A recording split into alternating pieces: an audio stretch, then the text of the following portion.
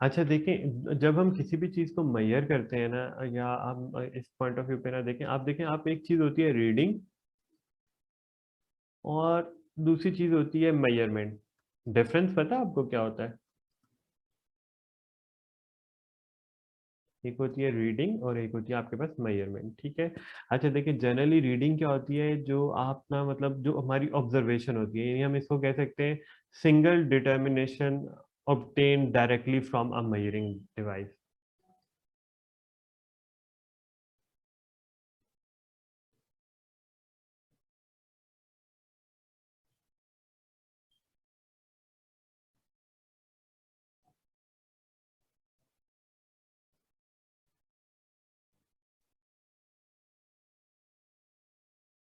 ठीक है, ये चीज आपके पास ना रीडिंग होती है। जैसे मतलब आपके पास जो गाड़ी का स्पीडोमीटर होता है, ठीक है, स्पीडोमीटर आपको उसी टाइम पे ना हमें पता चल जाता है कि गाड़ी की स्पीड क्या है, ठीक है। आप जो एम मीटर से अगर हम करंट को मेजर कर रहे होते हैं, या वोल्ट मीटर से हम पोटेंशियल डिफरेंस को मेजर कर रहे होते हैं, ठीक है। या आपकी जैसे स्टॉप वॉच होती है, ठीक है। या फिर आपका जो पेन बैलेंस वगैरह इस टाइप की चीजें जो है ना, जिनसे हम डायरेक्ट रीडिंग ले लेते हैं, स्प्रिंग बैलेंस, पेन बैलेंस, ये चीज हो जाती है। ये मतलब आपके पास single determination obtain directly from measuring device. लेकिन मेजरमेंट क्या होती है?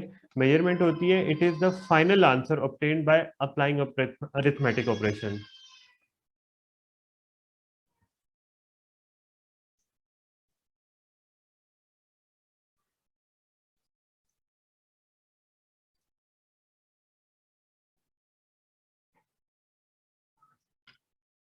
ठीक है, सिंपल जो अरिथमेटिक ऑपरेशंस अप्लाई करने से जो आपके पास कुछ आंसर आते हैं ना, जैसे देखो आपके पास ना रेजिस्टेंस को कैलकुलेट करने के लिए कोई रेजिस्टोमीटर नहीं था, आपको याद हो, आप उसको फॉर्मूला से कैलकुलेट कर रहे होते थे, ठीक है।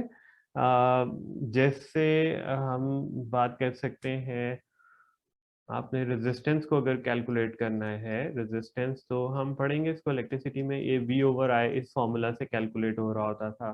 फ्रीक्वेंसी को आपने कैलकुलेट करना है तो वन ओवर टाइम पीरियड करके, इससे कुछ हम अरिथमेटिक ऑपरेशन अप्लाई करते हैं तो आपके पास ना मेजरमेंट्स आ रही होती है, ठीक है।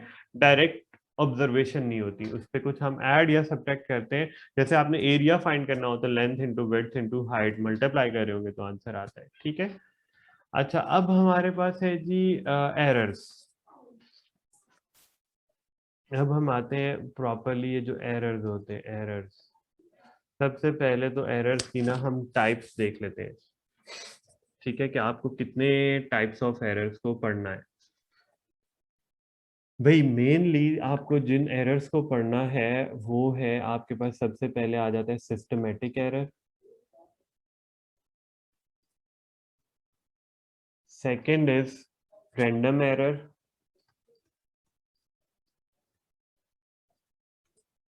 थर्ड इज एब्सोल्यूट एरर, इसी को आप अनसर्टेनिटी भी बोलते हैं, एब्सोल्यूट एरर।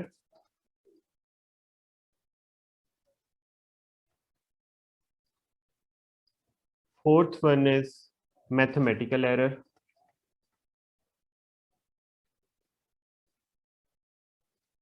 और इस मैथमेटिकल एरर के आगे कुछ फर्दर टाइप्स हैं, यानी इस मैथमेटिकल एरर में ही आपके पास आ जाता है फ्रैक्शनल एरर, आपके पास आ जाता है परसेंटेज एरर, और आपके पास आ जाता है अरिथमेटिक एरर।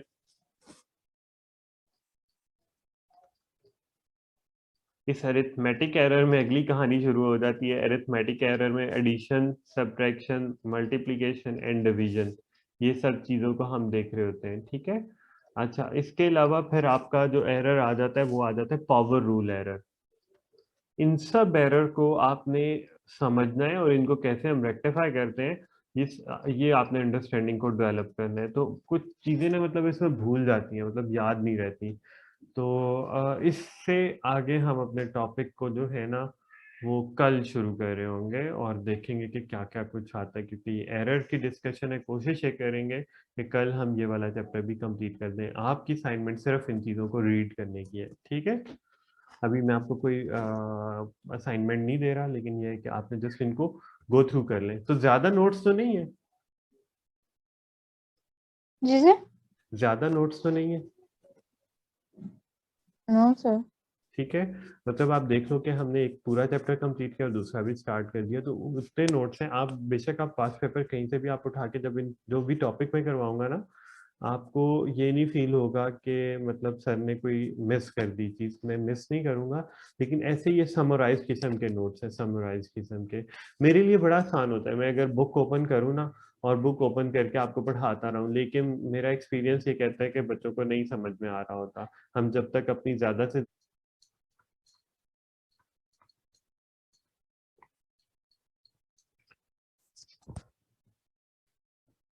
जी लिया, आपको आवाज वगैरह आ रही है, इसमें कोई प्रॉब्लम तो नहीं है? लिया, आपको आवाज आ रही है? आवाज आपकी। जी आ रही है। हेलो। सर आप ठीक आ रही है। आपके एंड से इंटरनेट का तो इशू नहीं है? No sir. अच्छा चले, ठीक है। अब ठीक आ रही है? पक्की बात है? जी सर। चले, सही है। अच्छा, अब है जी सिस्टमेटिक एरर है। देखें, हम सिस्टमेटिक एरर जनरली इसको ये कहते हैं कि error which constant sign and magnitude in repeated reading.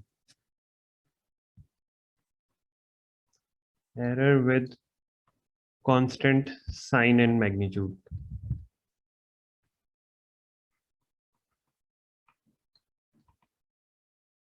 ये तो छोटी सी इसको इंट्रोडक्टरी स्टेटमेंट होगी।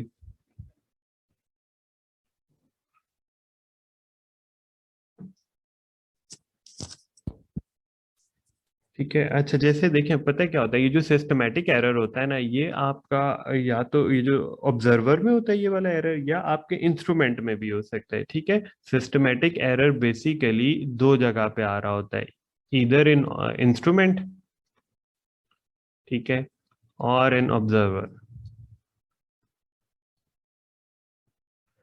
जब हम इंस्ट्रूमेंट में कैसे जो होता है, मतलब आप ये चीज हो सकती है कि जो जीरो एरर्स आपके होते हैं, ये भी सिस्टमेटिक एरर कंसीडर होते हैं। जो जीरो एरर्स होते हैं ना, आपने ओ लेवल में पढ़ा होगा, इनको पता है ना जीरो एरर्स क्या होते हैं।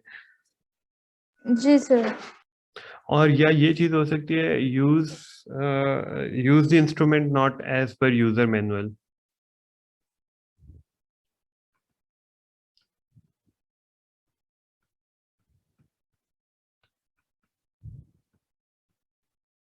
ठीक है, मतलब ये कुछ जनरल सी बात मैंने कर दी। ऑब्जर्वर के पॉइंट ऑफ व्यू पे क्या चीजें हो सकती है? देखिए, ऑब्जर्वर में ना या तो चीज हो सकती है कि उसमें बेचारे में कोई फिजिकल कंस्ट्रेंट्स हो, ठीक है, फिजिकल कंडीशन उसकी हो सकती है। ठीक है।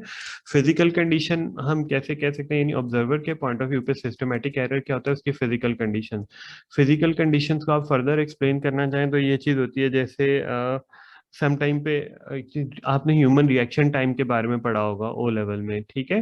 जब हम थिंकिंग या ब्रेकिंग डिस्टेंस की बात करते थे, तो रिएक्शन टाइम होता था, नॉर्मल ह्यूमन रिएक्शन टाइम होता है 0.2 to 0.4 सेकेंड।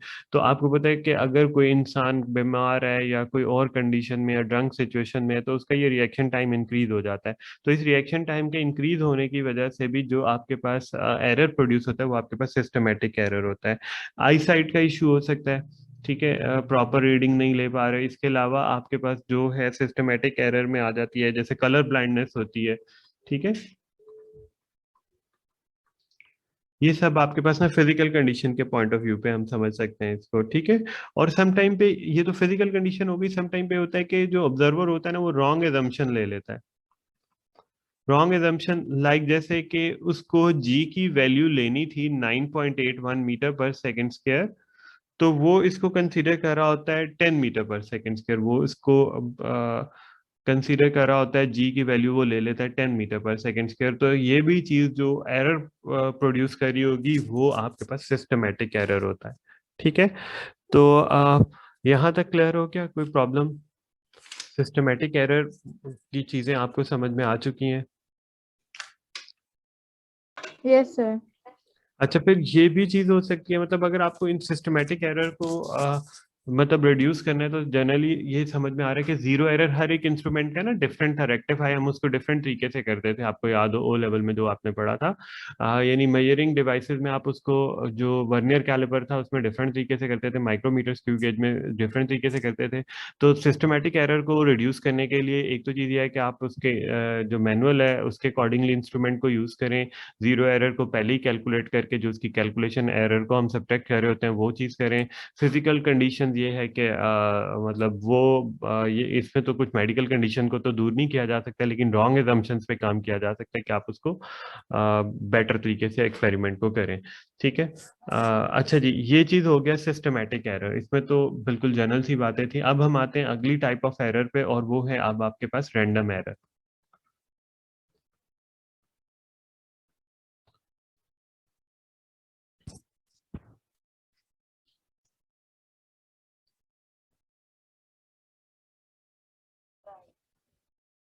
अच्छा, ये जो रैंडम एरर होते हैं हम इनको रैंडम एरर कह रहे होते हैं। आपने इसमें तो कहा ना कि कांस्टेंट साइन एंड मैग्नीट्यूड, यहाँ पे हम वेरिंग साइन एंड मैग्नीट्यूड की बात करेंगे। ठीक है, error with varying sign and magnitude.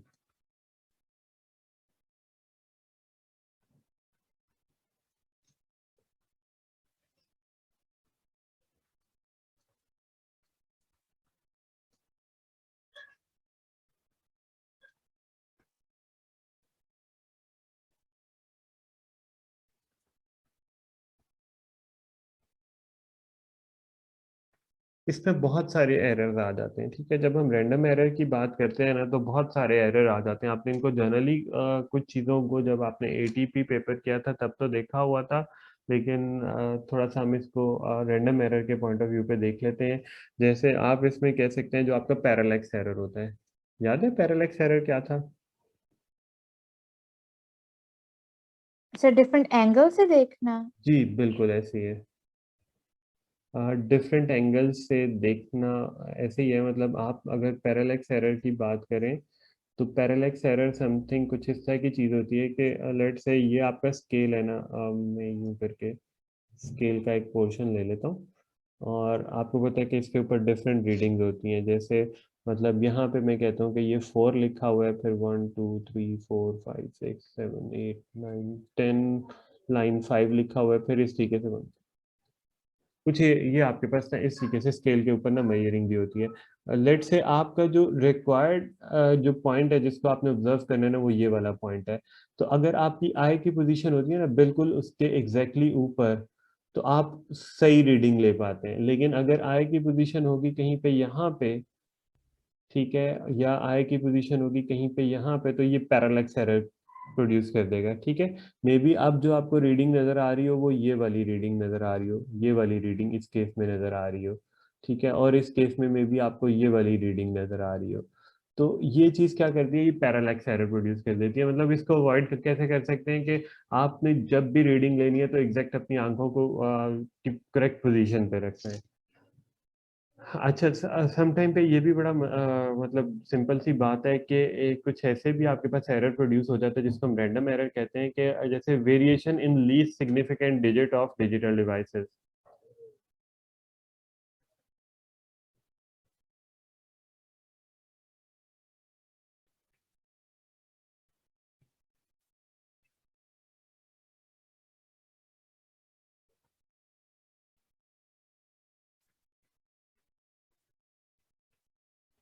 अच्छा, ये क्या चीज होती है भाई? ये देखें, मतलब अगर आपके पास ना ऐसे कोई डिजिटल डिवाइस है, आपको पता है उसमें ना मतलब जो नंबर्स होते हैं वो इस तरीके से नहीं होते हैं। मतलब कुछ ऐसे लिखा होता है यूं करके 2 आ रहा होता है, फिर पॉइंट आ रहा होता है, ऐसे 4 होता है, और एंड पे जाके आपके पास ना यूं करके 6 लिखा होता है। ठीक है, लेट से आप इस 6 को 6 की बजाय ना आप 8 पढ़ लें। ये बेसिकली 6 है, या चले 8 है, और आप 8 को जो है ना 6 कंसीडर कर लें। तो ये चीज बेसिकली आपके पास एक एरर प्रोड्यूस कर देती है, और इसको भी हम रैंडम एरर ही कहते हैं। ठीक है। अच्छा, ये भी बिल्कुल जनरल सी बात हो गई। और अब आपके पास आ जाता है यानी जो बैकग्राउंड रेडिएशन होती है। ठीक है, बैकग्राउंड रेडिएशन आपको पता है जो हमारे एनवायरनमेंट में कॉस्मिक रेज होती हैं, हमारे एनवायरनमेंट में रेडॉन रॉक्स होती हैं या ह्यूमन बॉडीज भी बेसिकली रेडिएट कर रही होती हैं, तो बैकग्राउंड रेडिएशन भी आपकी जो कैलकुलेशन को गड़बड़ कर रही होती हैं, तो ये भी आपके पास ना बेसिकली रैंडम एरर में ही आता है। इसके अलावा लेट से अगर आपको बहुत दफ़ा आप ऐसे एक्सपेरिमेंट करते हैं कि जिसमें हम फिजिकल कंडीशन को ना कांस्टेंट रखते हैं, change in physical condition, like जैसे अगर आप फोटोसिंथेसिस, आप बायो पढ़ते हो, मैं आपको बायो वाली एग्जांपल ही दे देता हूँ। तो फोटोसिंथेसिस का प्रोसेस हो रहा है और हम एक प्लांट पे फोटोसिंथेसिस को ऑब्जर्व कर रहे हैं और हम उसकी जगह ही चेंज करते रहते हैं, कभी उसको एक रूम में रख लेते हैं और कभी दूसरे रूम में रख लेते हैं, तो आपके पास क्या होगा, आपके पास रैंडम एरर क्रिएट हो जाएगा। ठीक है, समझ में आ गई बात? तो जी सर। अब आपके ख्याल में कि इसको रेक्टिफाई करना हो या इसकी करेक्शन कैसे हो सकती है रैंडम एरर की? आप पैरेलैक्स को अवॉइड कर सकते हैं, वो पता चल गया कैसे अवॉइड कर सकते हैं। दूसरा ये होता है कि अगर आपके पास ना कुछ कैलकुलेशन में मसला आ रहा है ना, तो हम क्या करते हैं, हम ड्रॉ बेस्ट फिट लाइन को ड्रॉ करते हैं, बेस्ट फिट लाइन ड्रॉ करते हैं, ठीक है। और ये कह सकते हैं कि हम एक्सपेरिमेंट में जो रीडिंग ले रहे होते हैं ना, वो रिपीट करें उनको, ठीक है। जैसे आप किसी पेंडुलम की ऑसिलेशन को ऑब्जर्व कर रहे हैं, तो हमने 20 ऑसिलेशन का टाइम निकाला, फिर हमने दोबारा से इस एक्सपेरिमेंट को किया और फिर 2 या 3 दफा करने के बाद हम रीडिंग को कैलकुलेट कर रहे होते हैं। तो पैरेलैक्स को अवॉइड किया जा सकता है कैसे? यानी पैरेलैक्स को कह रहा हूँ, रैंडम एरर को अवॉइड किया जा सकता है कैसे? रिपीटिंग एक्सपेरिमेंट, यानी मैं यहाँ पे लिख भी देता हूँ, बाय रिपीटिंग एक्सपेरिमेंट, ठीक है। इसके अलावा क्या हो सकता है? By drawing best fit line,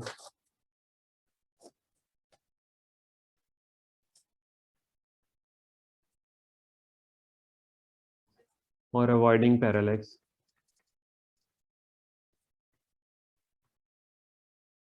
तो ये कुछ बातें होगी जिनसे हम क्या कर सकते हैं, रैंडम एरर को रेक्टिफाई कर सकते हैं।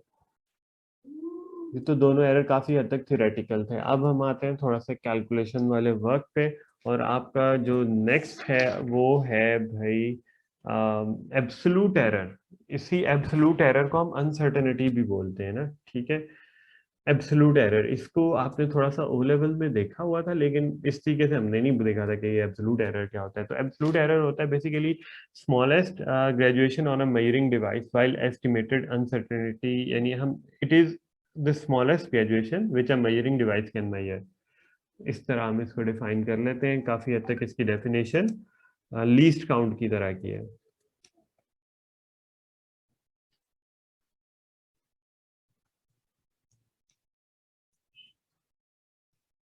ठीक है, ये जो एब्सोल्यूट एरर होता है ना, इसके लिए आप वही सिंबल यूज करते हैं, प्लस माइनस हम लगाते हैं और ये डेल का सिंबल यूज करते हैं। ये डेल का सिंबल है, इल्यूमिनाटी नहीं समझना आपने, ठीक है। अच्छा, plus minus del, absolute error को हम इस सिंबल से रिप्रेजेंट कर रहे होते हैं, प्लस माइनस डेल से, ठीक है। और ये होता क्या है?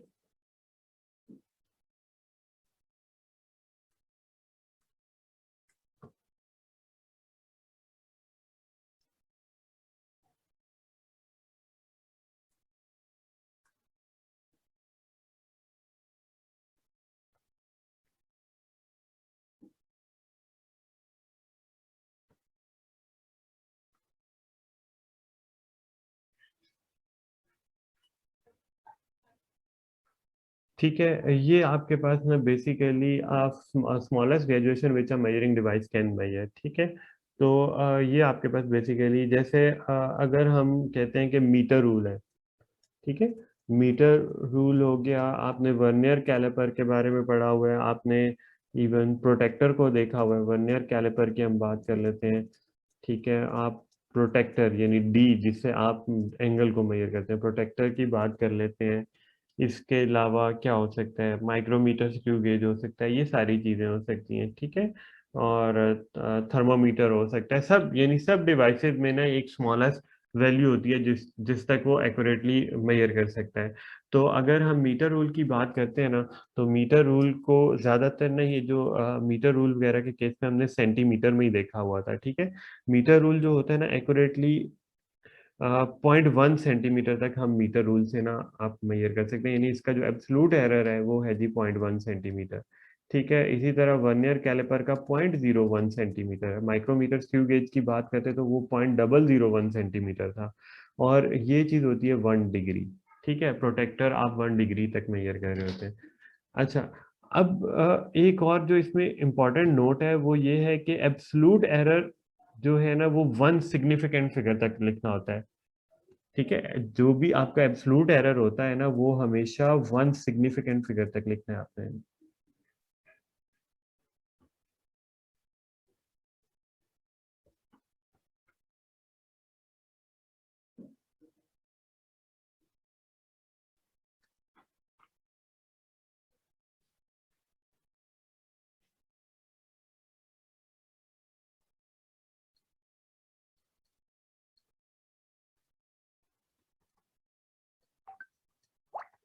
ठीक है, 1 सिग्निफिकेंट फिगर आप समझते हो ना सिग्निफिकेंट फिगर को। जी सर। ठीक है, आपने एब्सोल्यूट एरर को हमेशा 1 सिग्निफिकेंट फिगर तक लिखना होता है। ये बात आपने ध्यान में रखनी है क्योंकि ये वाली कैलकुलेशन में यूज भी हो रही होगी। ठीक है, अच्छा, और दूसरी बात ये होती है हम इसके अलावा मैं आपको बताता हूँ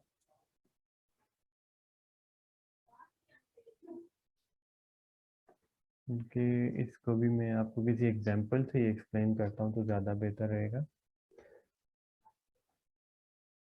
जैसे देखिए, मैं ना आपके पास ना रीडिंग ले लेता हूँ, कुछ R1 ले लेता हूँ। R1 को कहता हूँ 4.4 प्लस माइनस 0.1 है, 4.4 प्लस माइनस 0.1 है। ठीक है जी, सेंटीमीटर कह देता हूँ, कोई भी रीडिंग है। R2 में कह देता हूँ आपके पास ना ये है जी 5.0 प्लस माइनस 0.1 सेंटीमीटर है। ठीक है, और इसी तरह मैं R3 कह देता हूँ और ये है जी आपके पास 6.55 प्लस माइनस 0.1 सेंटीमीटर है। ठीक है, सबको मैंने 0.1 सेंटीमीटर कहा। अच्छा, इसमें एक और जो इम्पोर्टेंट नोट आता है जिसके लिए मैंने ये चीज़ें लिखी हैं, वो इम्पोर्टेंट नोट ये है क्योंकि छोटी छोटी चीज़ें एमसीक्यूज वगैरह में आ रही होती हैं। The reading should have same number of decimal places. Reading reading की बात करूँ, अभी एब्सोल्यूट एरर की नहीं बात कर रहा। Reading should have same number of decimal places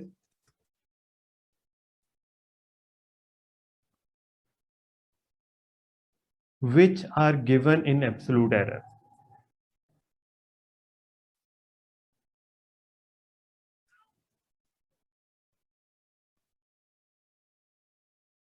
अच्छा, अब आपको सबसे पहले तो उसने एब्सोल्यूट एरर के बारे में कहा था ना कि आपने उसको क्या करना है, आपका वो 1 सिग्निफिकेंट फिगर तक होना चाहिए। देखें, ये वाला एब्सोल्यूट एरर, ये तीनों एब्सोल्यूट एरर 1 सिग्निफिकेंट फिगर तक है। अच्छा, जितनी उनकी सिग्निफिकेंट फिगर की वजह से डेसिमल प्लेसेस होती है ना, उतनी ही डेसिमल प्लेसेस आपकी रीडिंग की भी होनी चाहिए। देखो, इसकी सिग्निफिकेंट फिगर की वजह से 1 डेसिमल प्लेस बनती है, तो रीडिंग 1 बिल्कुल ठीक है। 4.41 डेसिमल प्लेस है, ये भी 1 डेसिमल प्लेस है। लेकिन यहाँ पे आप देखो ना, ये 6.55, ये आपके पास 2 डेसिमल प्लेसेस बन जाती हैं। तो आपको कभी भी इस रीडिंग को ऐसे नहीं लिखना, आपको इसको थोड़ा सा एडजस्ट करके फिर लिख रहे होने। यानी हम रीडिंग 3 को क्या लिख रहे होंगे, हम रीडिंग 3 को 6.55 नहीं लिखेंगे, हम इसको 6.6 कर देते हैं प्लस माइनस 0.1 सेंटीमीटर। क्योंकि आपके पास जितनी डेसिमल प्लेसेस तक आपका एब्सोल्यूट एरर होगा, उतनी ही डेसिमल प्लेसेस तक आपकी रीडिंग भी होनी चाहिए। All clear? बात समझ आ गई? बात तो छोटी सी होती है लेकिन कंफ्यूज कर जाती है और मिक्सअप हो जाती है। जी सर, समझ आ गई। अच्छा, चलें लिया, ठीक है। लिया, आप भी उन लोगों में तो नहीं है जो पेपर कैंसिल करवाना चाह रहे हैं? No sir. अच्छा, आप चाह रही हो पेपर हो जाए? जी सर। चलें, गुड है, क्योंकि कल भी कोई हेयरिंग है ना इस कराची हाई कोर्ट में शायद। तो बच्चे बड़े होपफुल हैं कि शायद कल कुछ हो जाएगा, लेकिन मुझे नहीं लगता कुछ भी होगा। तो अब बिल्कुल अच्छे बच्चों की तरफ पढ़ना ही चाहिए, क्योंकि बहुत सारे मेरे स्टूडेंट ऐसे हैं जो बड़े लेजी हुए हुए हैं। अच्छा, अब आपको ये वाला एरर, एब्सोल्यूट एरर भी क्लियर हो गया, तो हम नेक्स्ट पे मूव करें। यानी अभी तक हमने 3 एरर्स पढ़ लिए हुए हैं, सिस्टमेटिक, रैंडम एंड एब्सोल्यूट। ठीक है, अब ये एब्सोल्यूट एरर आगे भी यूज होता रहेगा। अब हम मूव कर रहे हैं अपनी जो कैलकुलेशन वाले पार्ट पे, और आपका आ रहा है मैथमेटिकल एरर।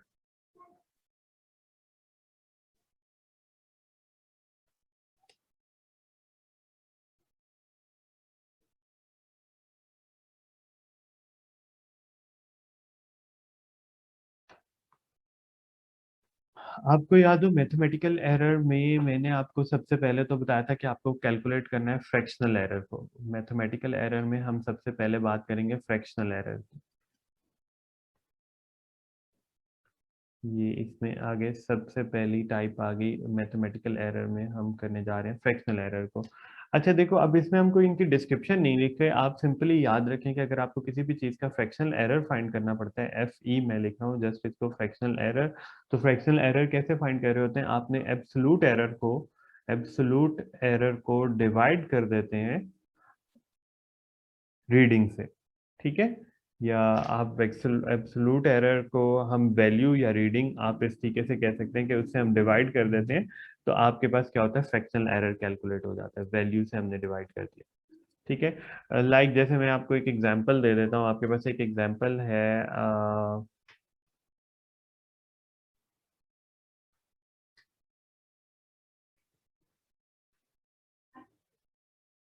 लेट से कोई मैंने एक लेंथ मेजर की है और वो लेंथ है जी आपके पास 64.6 प्लस माइनस 0.2 सेंटीमीटर हम कह देते हैं, ठीक है।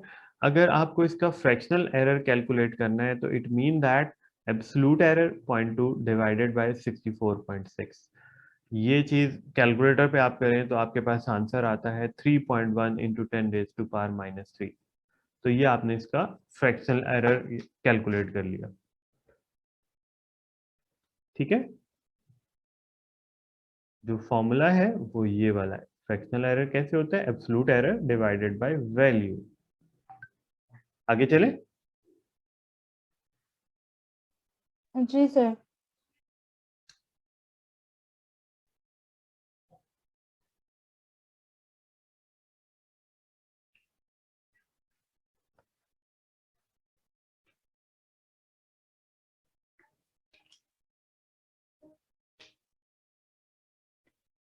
नेक्स्ट है आपके पास जो इसकी सेकंड टाइप है वो है percentage error.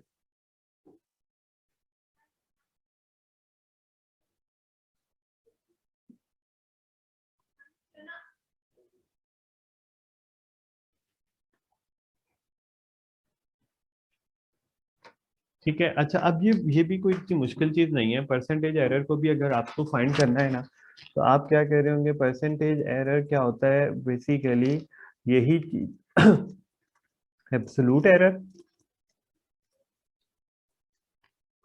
Divided by value into 100, that's it. ये आंसर आ जाएगा, और जो आंसर आएगा परसेंटेज एरर का हमेशा इन परसेंटेजेस आता है, ठीक है। ये बहुत दफा आपको फाइंड करने के लिए कहता है, एग्जामिनर का बड़ा हॉट फेवरेट होता है परसेंटेज एरर। तो जैसे अगर आपने यही वाला जो क्वेश्चन अभी हमने देखा था ना, जिसमें आपने लेंथ को कहा था 64.6 है प्लस माइनस 0.2, तो अगर आपको इसी चीज का 64.6 plus minus 0.2 percentage error find करना होता है, तो ये हो रहा होगा 0.2 डिवाइडेड बाय 64.6 मल्टीप्लाई बाय 100, तो आंसर आ जाता है आपके पास कुछ इसका 0.31%, ठीक है। तो ये चीज है जिसको हम परसेंटेज एरर को हम कैसे कैलकुलेट कर रहे होते हैं वो भी आपने फिगर आउट कर लिया। अच्छा इसमें भी एक छोटी सी बात कर लेते हैं, नोट की फॉर्म में मैं आपको लिखवा देता हूँ। वो ये होता है कि percentage error determine the degree of accuracy.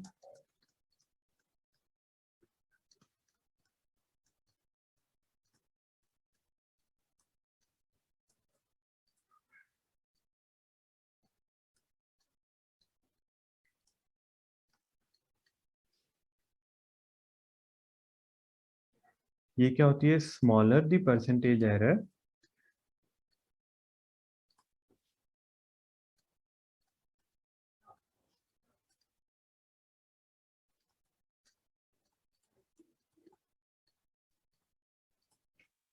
ठीक है, जितना परसेंटेज एरर स्मॉलर होगा उतनी एक्यूरेसी आपकी ज्यादा हो रही होगी, ठीक है। All is well. या आप यहाँ पे ये मेरी आवाज वगैरह सब कुछ क्लियर जी है। सर। अच्छा चलें, जबरदस्त। जी। तो हमने ये दो टाइप्स पढ़ ली, अब हम इसी में मैथमेटिकल एरर में हमने फ्रैक्शनल और परसेंटेज एरर की बात कर दी है। अब हम इसमें आते हैं आपकी नेक्स्ट चीज, और वो है अरिथमेटिक एरर।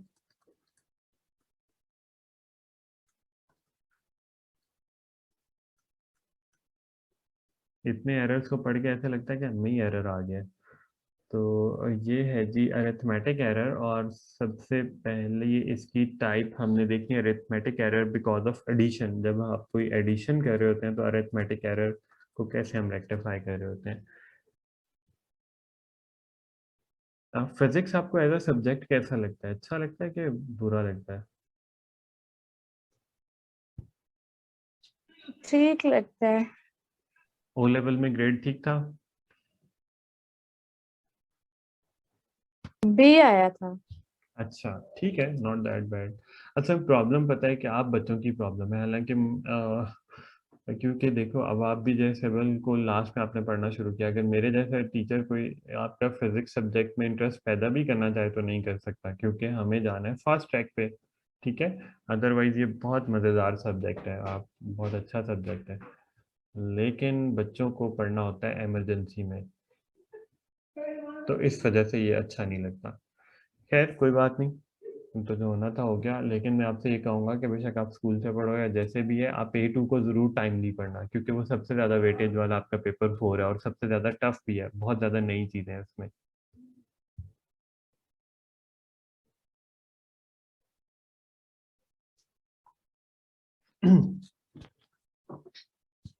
अच्छा जी, अब जैसे देखें हम बात करें अभी अरिथमेटिक एरर की विद रिस्पेक्ट टू एडिशन, ठीक है।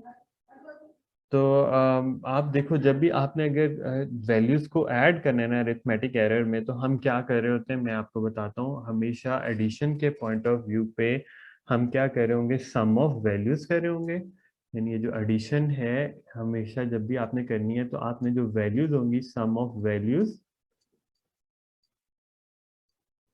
Plus minus sum of absolute error. बड़ी सिंपल सी बात है।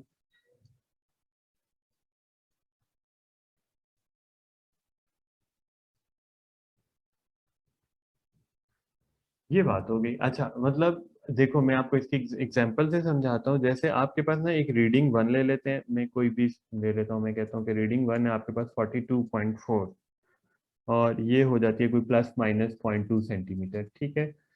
और रीडिंग टू है आपके पास, वो है जी 21.6 प्लस माइनस 0.1 सेंटीमीटर, ठीक है। लेट से अगर आपको इन दोनों को ऐड करना है और मैं कहता हूँ आपको रीडिंग आर फाइंड करनी है, तो अकॉर्डिंग टू द जो इसका रूल है वो ये कहता है कि आपने इन रीडिंग को ऐड कर देना है, 42.4 प्लस 21.6, और इसके बाद प्लस माइनस और इनकी एब्सोल्यूट एरर को भी आपने ऐड कर देना है। ठीक है, तो आपके पास जो है एडिशन इनकी हो जाएगी, यानी ये आंसर आता है 64.0 प्लस माइनस 0.3 सेंटीमीटर। आप देखो मैंने इसके साथ 64 ही क्यों नहीं लिख दिया, 0.0 क्यों लिखा, क्योंकि उसी नोट के अकॉर्डिंगली जब हम कह रहे थे कि जितनी डेसिमल प्लेसेस इसकी होती है ना आपके पास एब्सोल्यूट एरर की, उतनी ही हमें अपनी रीडिंग की भी रखनी होती है। ठीक है, ऑल इज वेल। आगे चलें, अगली बात कर लेते हैं हम सब्ट्रैक्शन की। जी सर।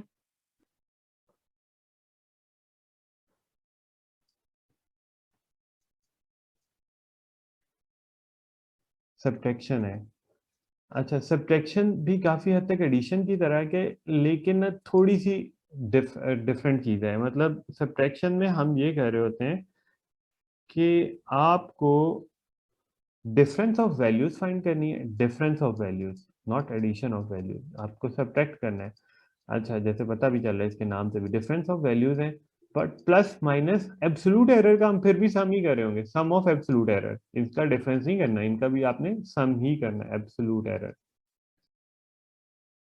तो ये चीज होती है आपके पास, यानी जैसे अगर इन्हीं दो रीडिंग्स को मुझे सब्ट्रैक्ट करना है, मतलब अब की बार मैं आर जो फाइंड कर रहा हूँ, वो आप कह लें कि मैं R1 माइनस R2 को माइनस करके कर रहा हूँ, R1 माइनस R2 को सब्ट्रैक्ट करके कर रहा हूँ। तो इट मीन दैट के 42.4 होगा, माइनस 21.6 होगा, बट प्लस माइनस 0.2 और 0.1 ऐड हो रहा होगा। तो 42.4 में से 21.6 माइनस करते हैं तो ये आता है 21.8, और ये हो जाएगा प्लस माइनस 0.3 सेंटीमीटर। तो ये है सब्ट्रैक्शन में, एब्सोल्यूट एरर को हम ऐड ही कर रहे हैं, लेकिन हम जो उनकी वैल्यूज हैं उनका हम डिफरेंस फाइंड कर रहे हैं।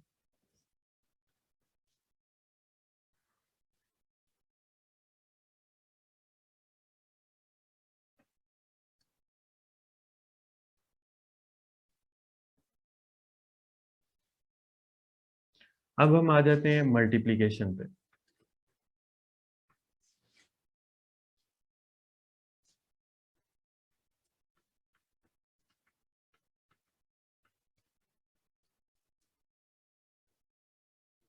देखिए भाई, मल्टीप्लिकेशन के लिए क्या होता है, मल्टीप्लिकेशन जब भी आपने करना हो तो इसको थोड़ा सा सेपरेटली लिख लेते हैं। अगर दो रीडिंग्स हैं आपके पास और आपने उनको मल्टीप्लाई करना है तो आपने क्या करना होता है, देखना है, ये जरा ध्यान से चीज समझनी है और ये याद रखने वाली है, इसीलिए मैं इसमें आपको क्लियर नोट्स इसीलिए लिखवा रहा हूँ। प्रोडक्ट ऑफ वैल्यूज, आपने जो जो भी वैल्यूज होंगी उनका प्रोडक्ट फाइंड कर लेना है। फिर आप क्या कर रहे हैं, sum of their fractional error, not absolute error, sum of their fractional error. Multiplication के केस में अगर दो वैल्यूज आपके पास मल्टीप्लाई हो रही होती हैं विद एब्सोल्यूट एरर, तो आपने उनकी वैल्यूज का प्रोडक्ट किया, सम ऑफ देयर फ्रैक्शनल एरर।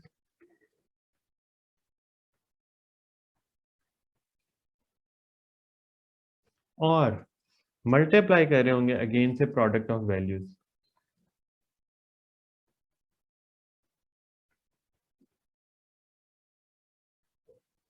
कैसी बात है, मतलब पहले प्रोडक्ट ऑफ वैल्यू आया plus minus sum of their fractional error into product of value. जैसे देखो, मैं आपको शायद अभी इतना अच्छा समझ में नहीं आया। देखो आपके पास, मैं कहता हूँ एक पोटेंशियल डिफरेंस या वोल्टेज आपके पास है 2.4 प्लस माइनस 0.2 वोल्ट्स। ठीक है, अच्छा, और करंट है आपके पास 1.1 प्लस माइनस 0.1 एम्पेयर। आपको क्या करना है, आपको ना पावर फाइंड करनी है। ठीक है, पावर का फॉर्मूला हो जाता है, याद है आपको, ये ओ लेवल में पढ़ा था, वी आई। याद है ये वाला फॉर्मूला? जी सर। अच्छा, चले। देखो अब जो मल्टीप्लिकेशन एरर, पता है क्या कह रहा है, मल्टीप्लिकेशन एरर आपको ये कह रहा है कि आप जो पावर को फाइंड कर रहे होंगे ना, जब वी आई को फाइंड करना है तो खाली ऐसे नहीं करना है, क्योंकि तब तो ये होता था आपके पास ना जस्ट वैल्यूज होती थी, कभी उनके साथ उनके एब्सोल्यूट एरर नहीं आए थे। जब एब्सोल्यूट एरर आते हैं और मल्टीप्लाई करना पड़ता है तो आप क्या कर रहे होते हैं, यानी आप ये कर रहे होंगे वी आई इनको आपस में मल्टीप्लाई, जस्ट वैल्यूज को 2.4 को और 1.1 को। फिर आप क्या करें, इनके फ्रैक्शनल एरर को फाइंड करें। फ्रैक्शनल एरर कैसे फाइंड कर रहे होते हैं, हम ऐसे लिख रहे होते हैं, यानी change in v divided by v, और प्लस यानी सम ऑफ देयर फ्रैक्शनल एरर है चेंज इन a या change in i divided by i, और मल्टीप्लाई बाय फिर से वी आई। यूं आपने करना है तो ये फिर आपके पास सारा सॉल्व हो रहा होगा। देखो कैसे, यानी 2.4 को मल्टीप्लाई करना है आपने 1.1 से, plus minus 0.2 divided by 2.4 plus 0.1 divided by 1.1, और वी आई को जब आप कैलकुलेट करें तो ये होता है 2.4 इंटू 1.1। इस पूरी चीज को हम, इस चीज का तो आंसर आ जाता है बड़ी आसानी से, जब हम कैलकुलेटर पे करते हैं तो 2.64।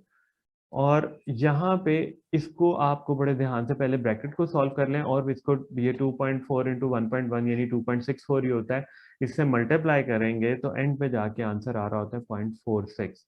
लेकिन आपको याद हो, मैंने आपको ये बताया था कि ये जो फिगर है ये must be one significant figure तक होनी चाहिए।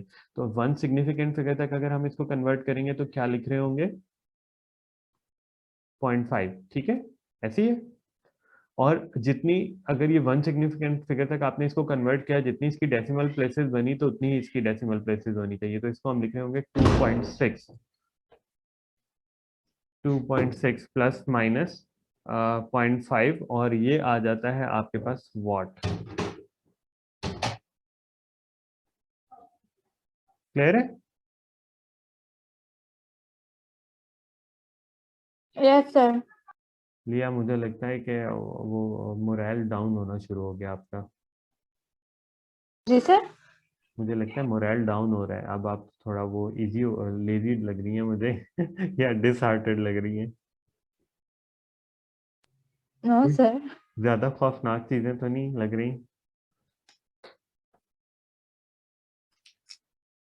No sir. अच्छा, चले, समझ में आता सर जा इसकी रहा है। बस समझ नहीं है पर ये मुझे मुझे बताएं, मैं रुक जाता हूँ, कोई बात नहीं है, आप मुझसे पूछें, बताएं क्या ये समझ में। मल्टीप्लिकेशन वाला फिर से समझा दें। बताएं मल्टीप्लिकेशन में जैसे रूल्स होते हैं ना कुछ, समझ लो कि ये एरर्स को कैलकुलेट करने के रूल्स हैं। जब तक आप ओ लेवल कर रहे थे ना, तो ओ लेवल में तो ये सिंपली होता था कि दो वैल्यूज हैं वी और आई, आपने मल्टीप्लाई किया, आंसर आ गया। लेकिन अगर आपके पास वो वैल्यूज विद एब्सोल्यूट एरर्स होते हैं ना, अपनी अनसर्टेनिटीज के साथ होते हैं, और उनको मल्टीप्लाई करना पड़ता है, तो रूल ये कहता है कि सबसे पहले आप उनकी वैल्यूज को मल्टीप्लाई करें, फिर उनके फ्रैक्शनल एरर को ऐड करें, और फ्रैक्शनल एरर के साथ फिर से उनकी वैल्यूज को मल्टीप्लाई कर दें। तो ये रूल है, और आपको इस रूल को याद भी रखना है। ठीक है, जैसे आपके पास पोटेंशियल डिफरेंस और करंट गिवन था, हमने पावर को कैलकुलेट करना था, तो according to the rule it mean that first you need to multiply the values, then you add the fractional error, और फ्रैक्शनल एरर के साथ फिर से आपने वैल्यूज को मल्टीप्लाई करना है। तो यही काम हमने किया, 2.4 को 1.1 से मल्टीप्लाई किया, और ये फ्रैक्शनल एरर हो गए इनके, 0.2 डिवाइडेड बाई 2.4 और 0.1 डिवाइडेड बाई 1.1, और इनके साथ फिर से 2.4 और 1.1 को आपने मल्टीप्लाई कर दिया। इस पूरी चीज को जब हम कैलकुलेटर पे सॉल्व करते हैं तो आंसर आता है 0.46, और इनका जो प्रोडक्ट है वो होता है 2.64। मैंने आपको बताया कि एब्सोल्यूट एरर को हमेशा हम वन सिग्निफिकेंट फिगर तक लिखते हैं, तो 0.46 का मतलब होगा 0.5, तो 0.5 आपने लिख दिया, और जितनी डेसिमल प्लेसेस इसकी होती हैं उतनी ही डेसिमल प्लेसेस हमें अपनी वैल्यू की भी करनी पड़ती है, और वो हो जाती है 2.6। ठीक है। जी सर, समझ आ गई है।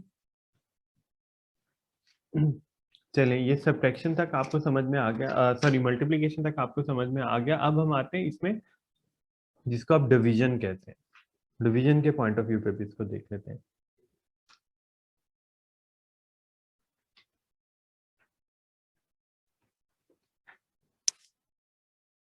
अगर आपके पास कुछ वैल्यूज डिवाइड हो रही होती हैं, डिवीजन में क्या होता है,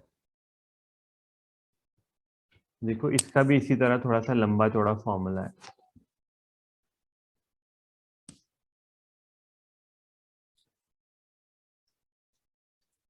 अगर डिवीजन हो रही हो तो सबसे पहले आपको रेशियोज ऑफ वैल्यूज फाइंड करनी है।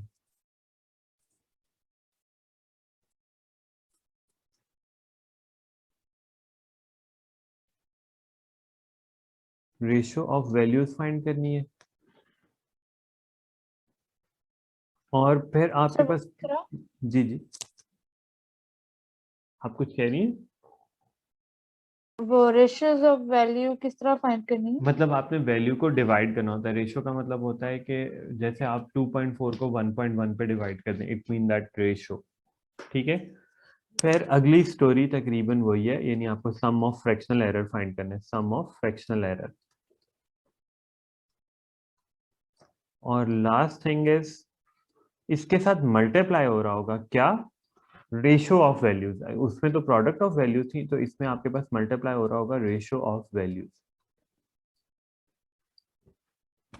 अच्छा, अब आप ये देखें, ये तो हो गई, कोई भी अगर वैल्यूज आपके पास डिवाइड होती हैं तो उनको आपने कैसे कैलकुलेट कर रहे होना है, ये चीज तो हमने समझ ली। अब आप देखें, मैं दोबारा से यही वैल्यूज ले लेता हूँ, मतलब V ले रहा हूँ 2.4 प्लस माइनस 0.2 वोल्ट्स, और मैं I ले रहा हूँ लेट से 1.1 प्लस माइनस 0.1 एम्पेयर। मुझे फाइंड करनी है आपकी बार लेट से रेजिस्टेंस, और रेजिस्टेंस का फॉर्मूला होता था, ओ लेवल में पढ़ा था, V ओवर I, यानी अब आपको डिवाइड करना पड़ रहा है। तो इट मीन दैट कि कैसे कर रहे होंगे, according to this condition V over I करेंगे, सबसे पहले डिवाइड करेंगे, plus minus change in V over V plus change in I over I, और into V over I।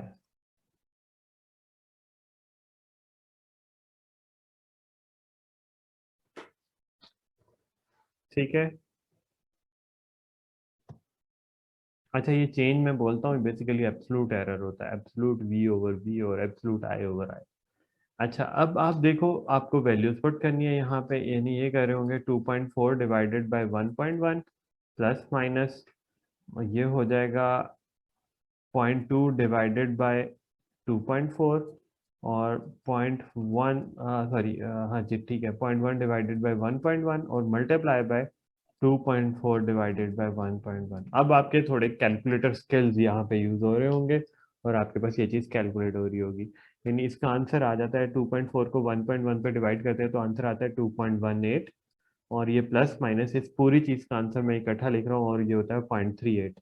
Again अगर आप इसको वन सिग्निफिकेंट फिगर तक करेंगे तो ये हो जाएगा 0.4। और ये 1 डेसिमल प्लेस तक है, तो इसको भी 1 डेसिमल प्लेस तक करना है, तो ये हो रहा होगा 2.2। तो r is equal to 2.2 plus minus 0.4।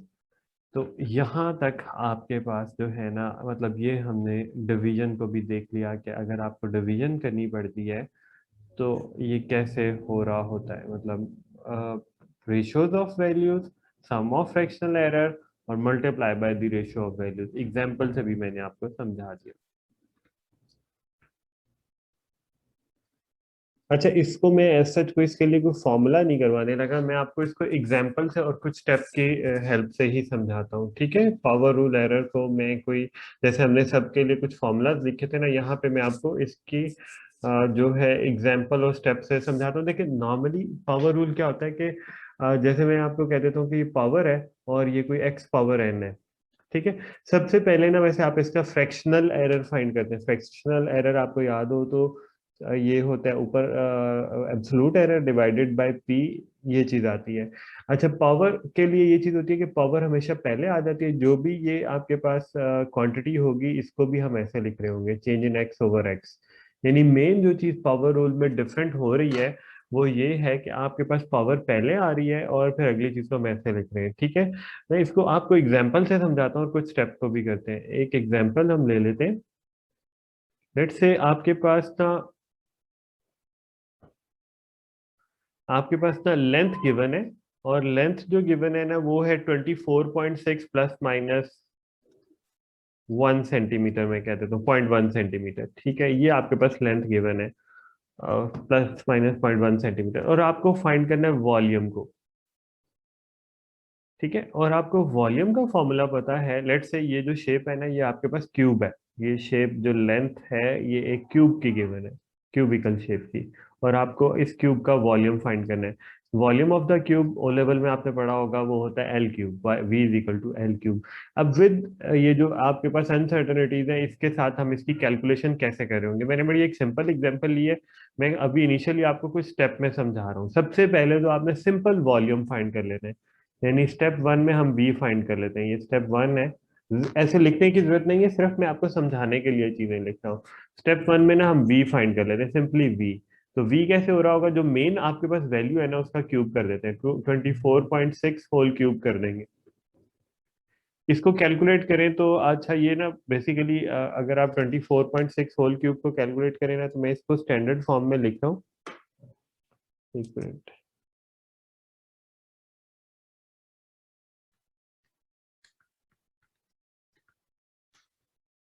अच्छा, मैं इसको ना स्टैंडर्ड फॉर्म में लिख रहा हूँ क्योंकि इसका आंसर बड़ा लंबा सारा आ रहा है, तो मैं इसको ना स्टैंडर्ड फॉर्म में लिख रहा हूँ। और कैलकुलेटर आपको डायरेक्ट वैसे स्टैंडर्ड फॉर्म में भी आंसर दे देता है। 1.49 इंटू 10⁻⁴ सेंटीमीटर क्यूब आ गया। ये स्टेप 1 में आपने सीधा सीधा वॉल्यूम फाइंड कर दिया। स्टेप 2 में आपने क्या करना है, आपने ना इसका फ्रैक्शनल एरर फाइंड कर लेना है, ठीक है। सबसे पहले हम ना इसके फ्रैक्शनल एरर की बात करते हैं। आपको कल वाला लेक्चर याद हो तो फ्रैक्शनल एरर आपको समझ में आ जाएगा कि क्या चीज हमने फाइंड करनी थी। जो फ्रैक्शनल एरर होता है वो चीज ये हो रही होगी, यानी change in V over V find करना है। ये क्योंकि एल क्यूब है तो इसकी पावर बाय रूल ऐसे हो जाएगी, और हम इसको लिखे होंगे 3 time change in L over L, ठीक है। यानी इसका मतलब ये है 3 टाइम 0.1 डिवाइडेड बाय जो 24.6 हो गया, ठीक है। अब आपके पास ये चीज, आपके पास एक फ्रैक्शनल एरर भी आ जाता है, और इसको जब हम एवेल्युएट करते हैं तो आंसर आता है 0.012। ये चीज निकली फ्रैक्शनल एरर। अब आपने क्या करना है, स्टेप 3 में आप ये करें कि आप ना ये चीज change in V over V निकला हुआ है ना, इससे आप just change in V find कर लें, तो इट मीन दैट हम 0.012 को वी से मल्टीप्लाई कर रहे होंगे। 0.012 को आपने v से मल्टीप्लाई कर देना। इट मीन दैट 0.012 मल्टीप्लाई हो रहा होगा 1.49 इंटू 10⁻⁴ से। और ये चीज चेंज इन v, अब आपके पास अगर इसको हम कैलकुलेट करते हैं तो आपका ये आंसर आ जाता है समथिंग 178.8, ठीक है। ये भी चीज सेंटीमीटर क्यूब में, एब्सोल्यूट एरर भी बेसिकली सेंटीमीटर क्यूब में भी होता है। अच्छा मुझे ये बताएं, आपको मैंने कल एब्सोल्यूट एरर के लिए एक बात बताई थी कि आप इसको कितनी सिग्निफिकेंट फिगर्स तक लिखते हैं, तो क्या ख्याल है कितनी सिग्निफिकेंट फिगर्स तक हम लिख रहे होते हैं एब्सोल्यूट एरर को?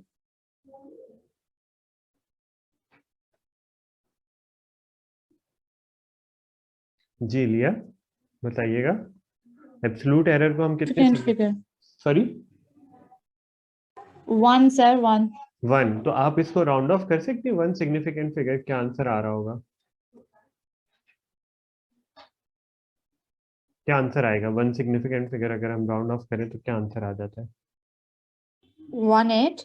नहीं, first significant figure is 1, first significant figure is 1 and we are rounding off as per the second number, तो सेकंड नंबर इज 7। 7 और 8 नहीं, ये हो जाएगी सर, 200। ये 1। 200, पता है क्या होता है? ठीक है, आपके पास फर्स्ट सिग्निफिकेंट फिगर ये हो गई ना। आपने देखा इससे नेक्स्ट डिजिट जो है वो 5 या 5 से बड़ा होता है, इसमें हम 1 ऐड कर देते हैं और बाकी सब टर्म्स को 0 कर देते हैं, तो 200.0 या जस्ट 200 आप लिख लें। तो ये भाई आपके पास निकल आया एब्सोल्यूट एरर। अब आपको रीडिंग को कैसे लिखना होता है, अब आपको विद वॉल्यूम इसको लिख देना होता है, यानी स्टेप 4 में अब आप इसके एक्चुअल आंसर को लिखेंगे।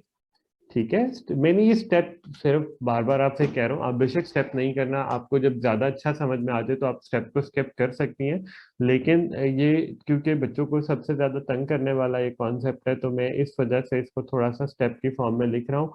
तो अब ये वॉल्यूम को हम विद अनसर्टेनिटी लिखे ना, तो ये चीज है 1.49 इंटू 10⁻⁴ प्लस माइनस 200 सेंटीमीटर। अच्छा, लेकिन आपको याद हो मैंने एक और चीज आपको बताई थी कि जितनी डेसिमल प्लेसेस तक आपका एब्सोल्यूट एरर होता है, उतनी ही डेसिमल प्लेसेस तक आपका जो रीडिंग या वैल्यू है वो भी होनी चाहिए।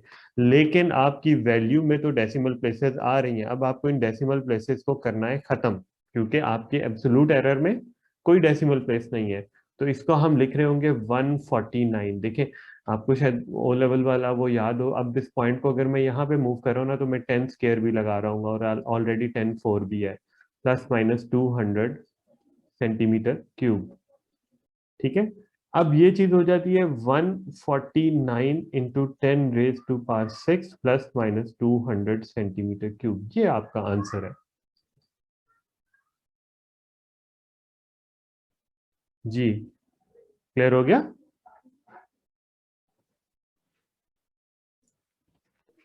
सर स्टेप 4 फिर से समझा दें, से क्लियर नहीं हुआ। अच्छा चले, अच्छा मैंने स्टेप 4 में थोड़ी सी मिस्टेक भी कर दी है।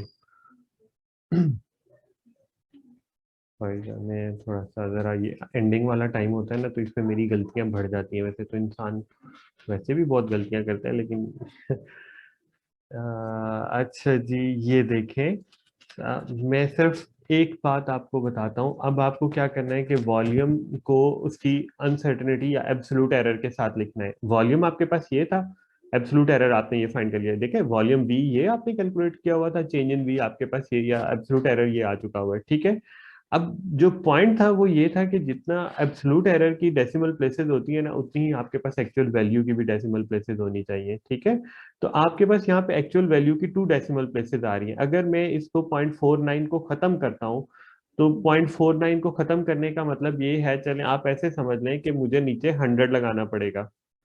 ठीक है, नीचे मैं लगा रहा हूँ 100 और ये हो जाएगा 10⁻⁴। पॉइंट खत्म क्यों कर रहा हूँ, ये चीज समझ में आ रही है? डेसिमल को खत्म क्यों कर रहा हूँ, ये पता चल रहा है? तो क्यों कह रहे हैं? भाई देखिए, ये भी मैंने आपको ना कल नोट में लिखवाया था कि एब्सोल्यूट एरर की जितनी डेसिमल प्लेसेस होती हैं, आपको वैल्यू को भी उतनी ही डेसिमल प्लेसेस तक लिखना है। तो एब्सोल्यूट एरर की कोई डेसिमल प्लेस नहीं है, तो आपको वैल्यू का भी डेसिमल खत्म करना है। ठीक है, इस बेसिस पे। जी सर, याद आ गया। अच्छा, अब ये हो गया 10 स्क्वायर और ये 10⁴ है, इंडिसेस आते हैं ना आपको, तो ये हो जाएगा 149 10 स्क्वायर और ये प्लस माइनस 200 सेंटीमीटर क्यूब है। एंड देन आप इसको 10 स्क्वायर को बेशक मल्टीप्लाई कर दे तो 14900 प्लस माइनस 200 सेंटीमीटर क्यूब, तो ये हमारे पास इसका निकल आता है वॉल्यूम। अब क्लियर है? पावर रूल एरर क्लियर हुआ आपको? लिया जी सर। इन स्क्रीन शॉट्स को आपने अपने पास सेव रखना है और इनको देखते हुए आप बेशक अपने क्वेश्चंस को अटेम्प्ट करना फर्स्ट ट्राई में। फिर हम देखते हैं। अच्छा, मैं अगर आपको देखता हूँ कि अगर आपको एक और एग्जांपल करवा दूं।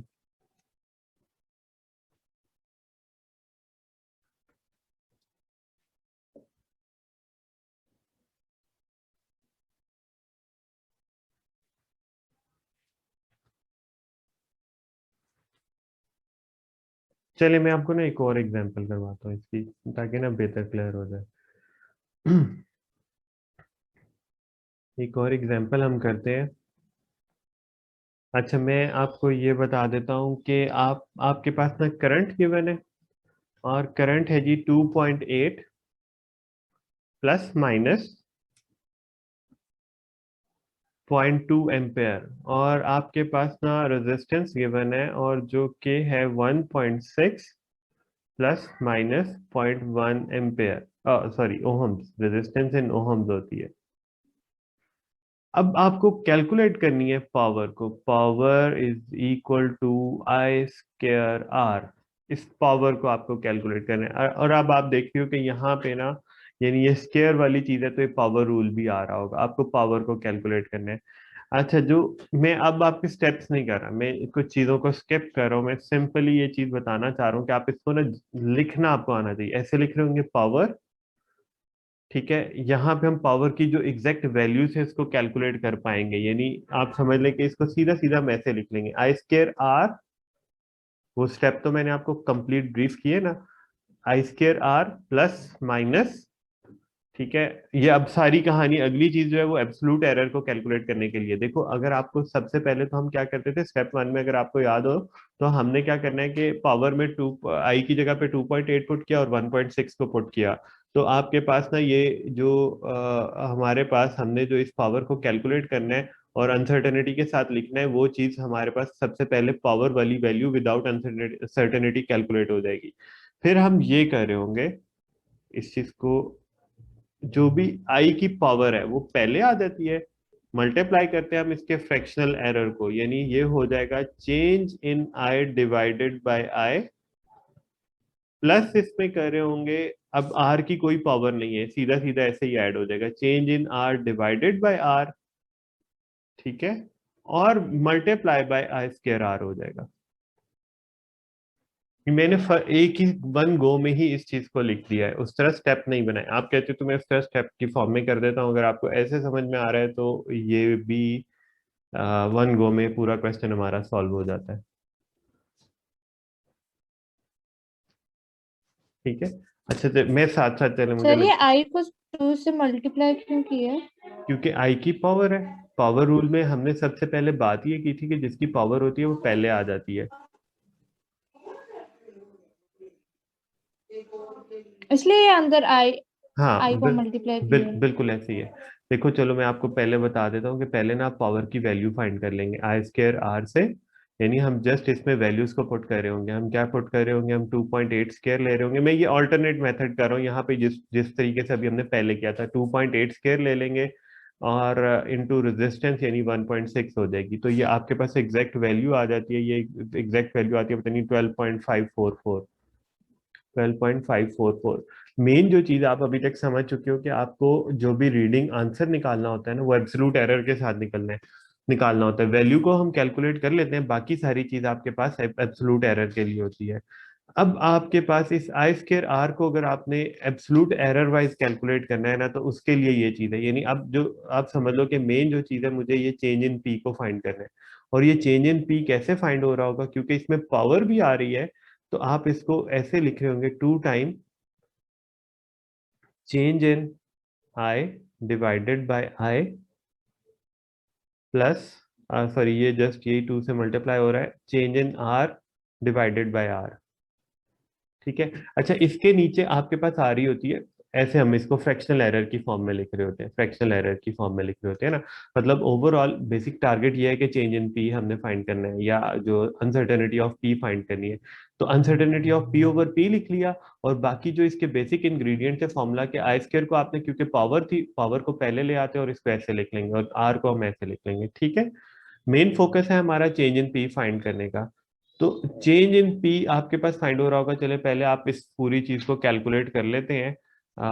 इस पूरी चीज को कैलकुलेट कर लेते हैं, फिर थर्ड स्टेप पे हम आते हैं। तो आपने यहाँ पे क्या करना है, आपने यहाँ पे ये चीज करनी है कि आए आपके पास है जी 0.1 divided by, sorry 0.2 divided by, आपने कर दिया 2.8। 0.2 डिवाइडेड बाय कर दिया 2.8 प्लस आर है आपके पास 0.1 डिवाइडेड बाय कर दिया 1.6। ठीक है, ये आपके पास अभी तक change in P over P निकला है। इस पूरी चीज को अगर हम कैलकुलेट कर लेते हैं तो पता नहीं क्या आंसर आता है। बहरहाल मैं इसको अ, चलो करके देख लेते हैं। 2 × 0.2 डिवाइडेड बाय 2.8, 0.142 प्लस,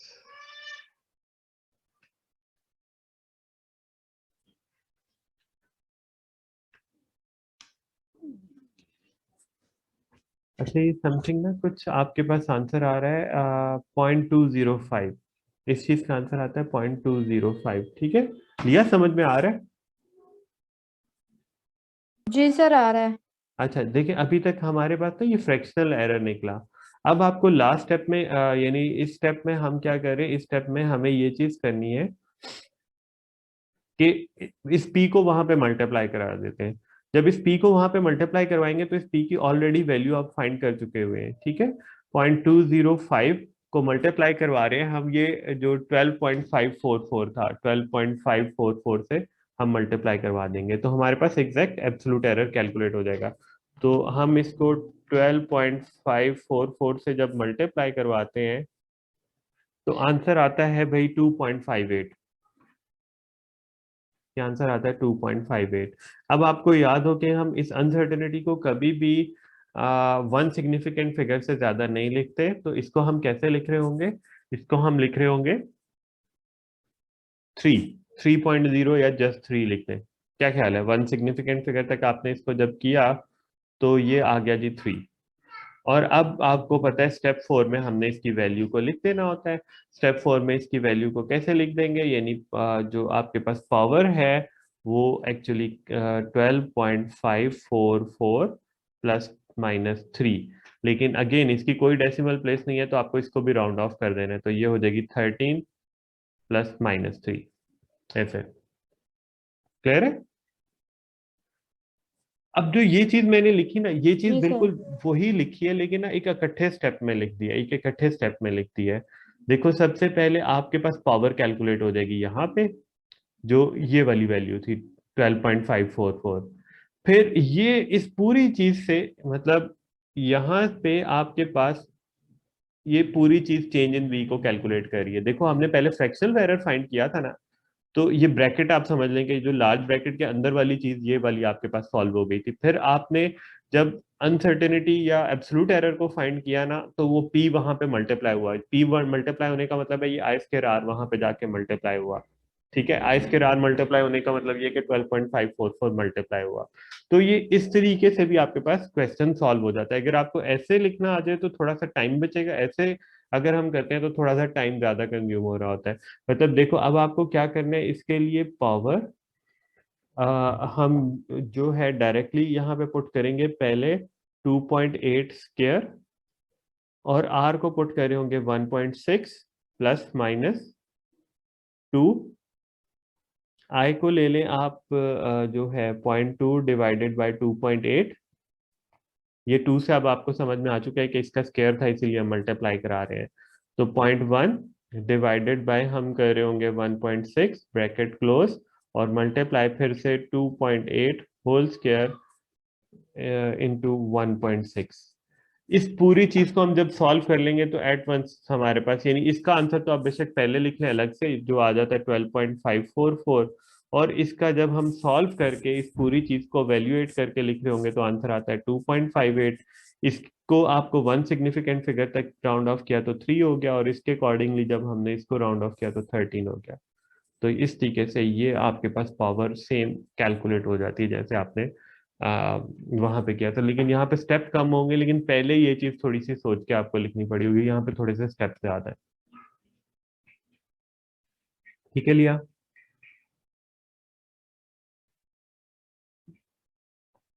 यह समझ में आया? जी सर। अब की बात है, क्योंकि एरर्स हो गए हैं खत्म। जी सर, आगे समझ। अच्छा, पता है ये भूल जाती हैं चीजें ना, आप मुझे पता है कि अभी आपको समझ आ गई ना, थोड़ा सा आपने इसको फिर से गो थ्रू करना है सारे एरर्स को ना, एक दफा डिटेल में आपने देख लेना है। तो मैंने इसीलिए आपको साथ, ये 4 मार्क्स का क्वेश्चन आता है जो आपको खासतौर पे ये पावर रूल एरर या कोई पावर रिलेटेड चीज को जब हम कैलकुलेट करते हैं ना, 4 मार्क्स का क्वेश्चन आता है। तो इसीलिए आपको इसकी वर्किंग भी समझ में आ गई।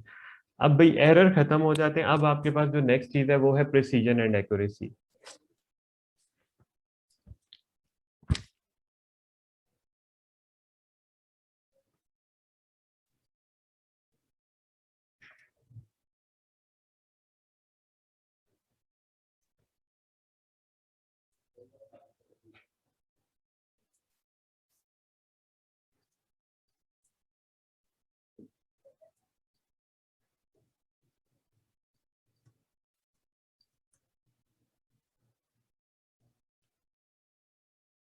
ठीक है, इन दो टर्म्स को हमने पढ़ना है, ज्यादा मुश्किल नहीं है, लेकिन कुछ चीजें जो कुछ कंडीशन है उनके अकॉर्डिंगली हमने देखना है।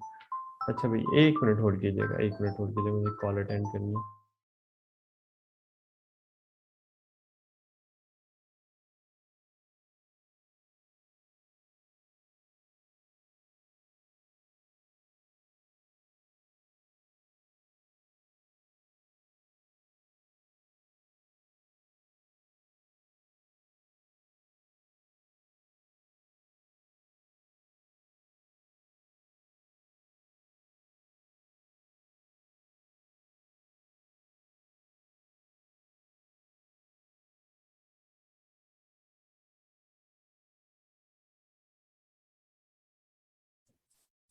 जी अच्छा जी, ये प्रिसीजन एंड एक्यूरेसी को हम पढ़ने वाले हैं, और सबसे पहले हम देख लेते हैं कि प्रिसीजन एक्चुअली क्या होती है। प्रिसीजन, ठीक है। यार क्या हो गया, जितने फोन क्यों आ रहे हैं? एक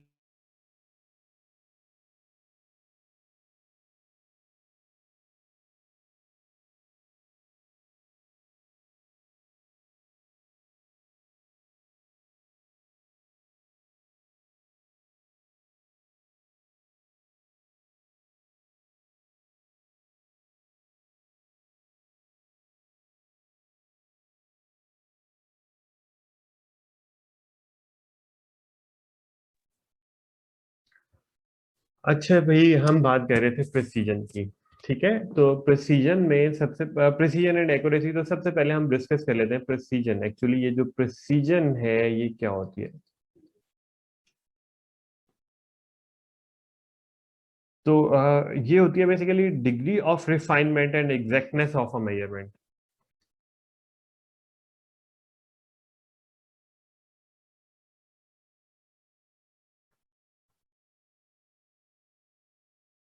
शायद डेफिनेशन से क्लियर नहीं हुआ, लेकिन हम इसके आगे डिस्क्रिप्शन करते हैं तो फिर हमें ज्यादा बेहतर समझ में आएगा। ठीक है, degree of refinement and exactness of the measurement is called precision.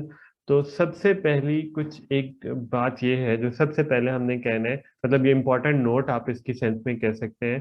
ठीक है, सबसे पहली कंडीशन या सबसे पहले हम ये कह सकते हैं, the precision of the measurement is determined by it's absolute error.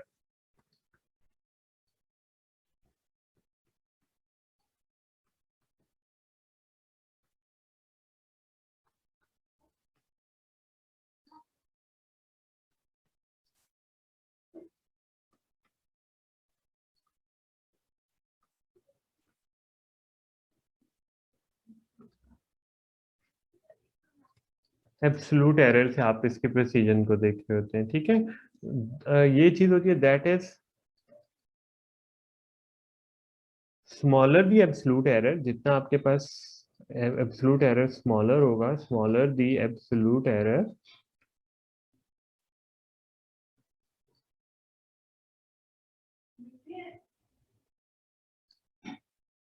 Highest is its precision associated to it।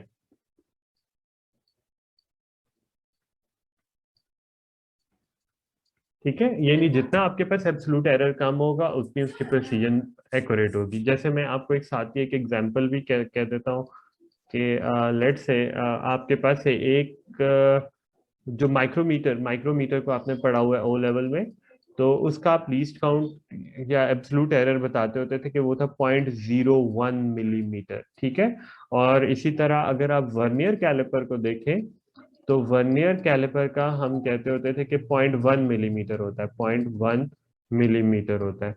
ठीक है, तो अब आपको पता चल रहा है कि माइक्रोमीटर जो है ना ये मोर प्रिसाइज है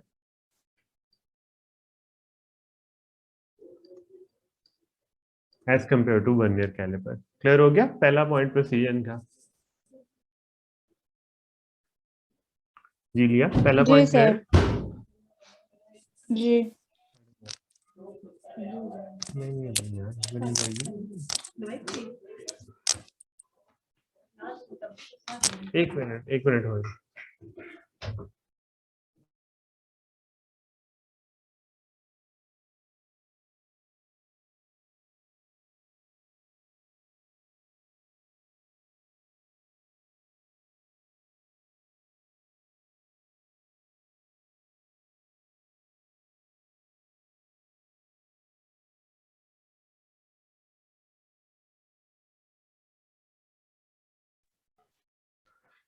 अच्छा भाई देखें, अब हम सेकंड पॉइंट पे आते हैं, और सेकंड पॉइंट ये होता है कि जो प्रिसीजन होती है ना मेजरमेंट की, उसको हम सिग्निफिकेंट फिगर के पॉइंट ऑफ व्यू पे भी देख रहे होते हैं।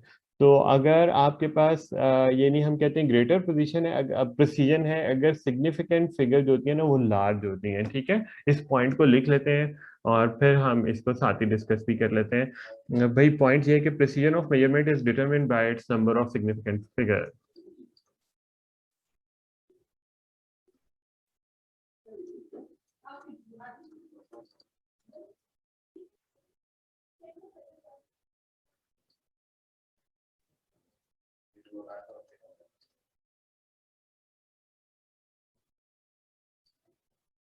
Sorry, number of significant figure है।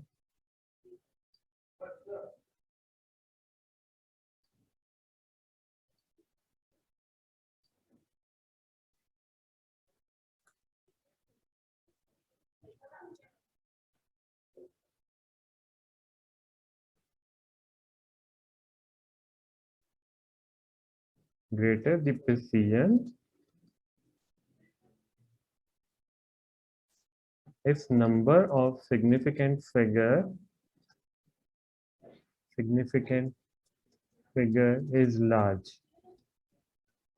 ठीक है, यानी अगर आपके पास large number of significant figure होंगी तो ज्यादा प्रिसाइज इंफॉर्मेशन होगी। Precision of measurement is determined by its number of significant figure greater the precision if the number of significant figure is large. जैसे इसमें भी हम एक एग्जांपल से इसको समझ लेते हैं। जैसे मैं आपको कहता हूँ कि आपने एक लेंथ 1 को मेजर किया और वो है जी 24.6 प्लस माइनस 0.1 सेंटीमीटर, और लेंथ 2 को मेजर किया और ये है जी 9.4 प्लस माइनस 0.1 सेंटीमीटर। ठीक है, तो अब आपको जो इस कंडीशन के अकॉर्डिंगली पता चल रहा है कि लेंथ 1 जो है ना वो मोर प्रिसाइज है। ठीक हो गया लिया, यहाँ तक दोनों पॉइंट समझ में आ गए। अब हम लास्ट चीज जो है ना वो थोड़ी सी मतलब स्टैट रिलेटेड है, लेकिन वो भी आपके कोर्स में है, लेकिन हम उसको समझ लेते हैं। ये हम कहते हैं measurement is said to be more precise if there mean deviation is small. ये वर्ड आपने नहीं सुना हुआ। ठीक है, यानी ये चीज है कि measurement is said to be more precise. शायद जब आप फ्यूचर में थीसिस वर्क वगैरह कर रही हो तो फिर आप इस टर्म को बहुत ज्यादा यूज कर रही होंगी। तो ये चीज है कि measurement is said to be more precise if there mean deviation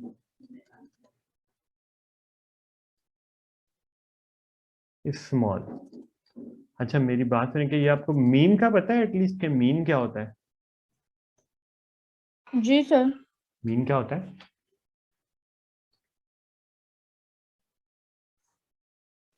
sir mean. O levels में पढ़ा था। होता क्या है? तो मीन लोग लेकिन अब होते हैं। महीने हो गए हैं, याद नहीं है सही। अच्छा, कुछ मीन लोग होते हैं और कुछ मीन को फाइंड करना होता है। अच्छा, जो ओ लेवल में तो दोनों मीन पढ़े होंगे आपने, ठीक है। अच्छा, तो मीन बेसिकली एवरेज को ही कहते हैं, बेसिकली मीन नॉट एवरेज ही होती है, ठीक है। अब जैसे मैं आपको बताता हूँ, हम दो स्टूडेंट को कंपेयर करते हैं, यहाँ पे भी एक एग्जांपल को लेते हैं और दो स्टूडेंट्स को कंपेयर करते हैं।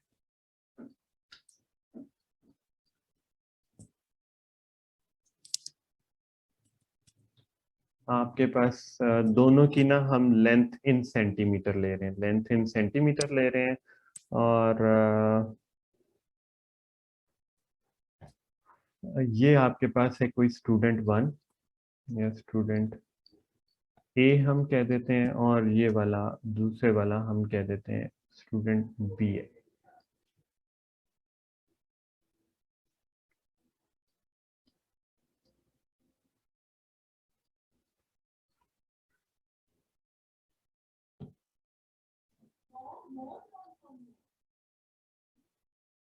स्टूडेंट बी एंड स्टूडेंट ए, ठीक है। हम दोनों की लेंथ इन सेंटीमीटर की अभी बात करने लगे, ठीक है।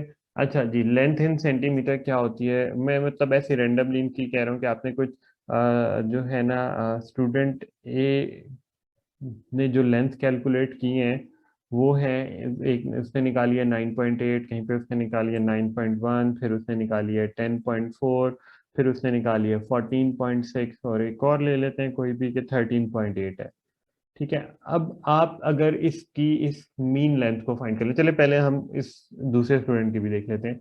इसने एक लेंथ निकाली है 4.9, ठीक है, और 12.6, मतलब एक ही सेम चीज को दोनों मेजर कर रहे हैं, ठीक है। 12.6, 14.9 है, और 36.4 है, और 44.3 है।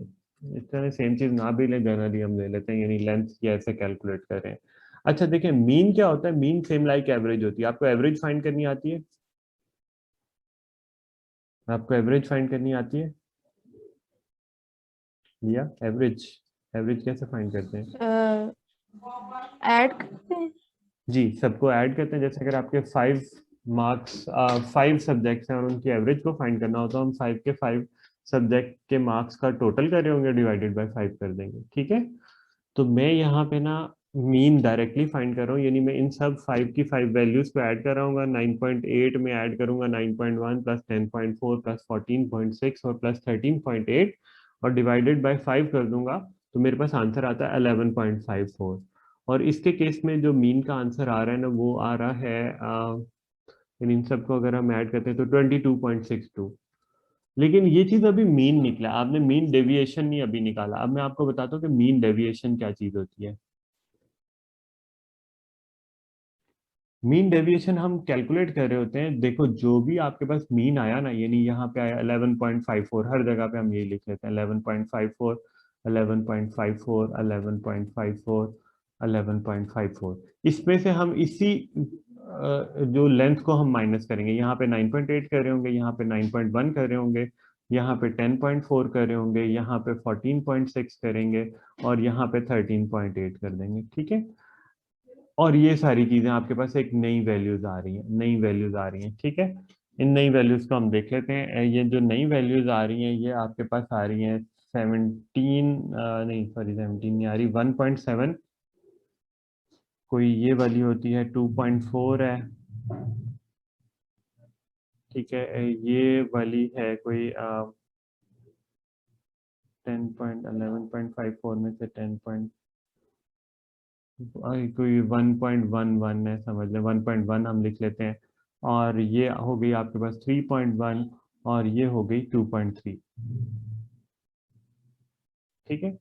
अच्छा, इसी तरह अब आपको यहाँ पे भी कैलकुलेट करना है। यहाँ पे हम क्या कर रहे हैं, 22.62 में से 4.9 को माइनस कर रहे हैं। इसी तरह बाकी भी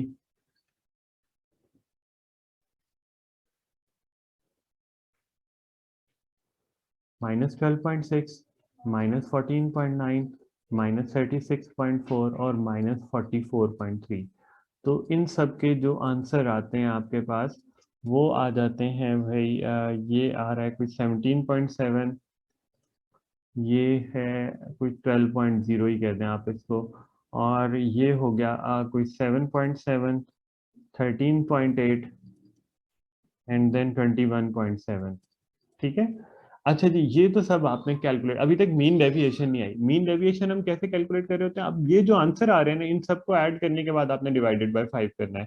ठीक है। मीन डेविएशन अब आपके पास यानी 1.7 प्लस 2.4 प्लस 1.1 प्लस 3.1 और प्लस 2.3 डिवाइडेड बाय हम 5 कर देंगे, तो आपके पास जो है ना मीन डेविएशन, और ये आ जाती है 2.12 सेंटीमीटर इसके केस में। और यहाँ पे अगर हम कैलकुलेट करते हैं तो आपके पास आ रहा है 17.7 प्लस 12.0 प्लस 7.7 प्लस 13.8 और प्लस 21.7 डिवाइडेड बाय कर देंगे 5। ठीक है। और यहाँ पे जो आंसर आता है वो है जी 14.20। तो मैंने बड़ी मेहनत की सारी चीजें कैलकुलेट करने के लिए, लेकिन जो हमने कहा था कि जिसकी मीन डेविएशन जितनी कम होगी, हम ये कह रहे थे कि the measurement is said to be precise if there mean deviation is small. तो मीन डेविएशन किसकी स्मॉल है? 2.12, यानी ये वाली स्मॉल है, तो ये चीज हो गई मोर प्रिसाइज। लेकिन बॉटम लाइन ये थी कि मैंने आपको मीन डेविएशन कैलकुलेट करना सिखाई है कि कैसे कैलकुलेट कर रहे होते हैं। पहले हम मीन फाइंड करते हैं और उसमें से हर एक रीडिंग को सब्ट्रैक्ट करते हैं, ये चीज आती है, और उसको ऐड करके 5 पे डिवाइड कर देते हैं। ठीक है।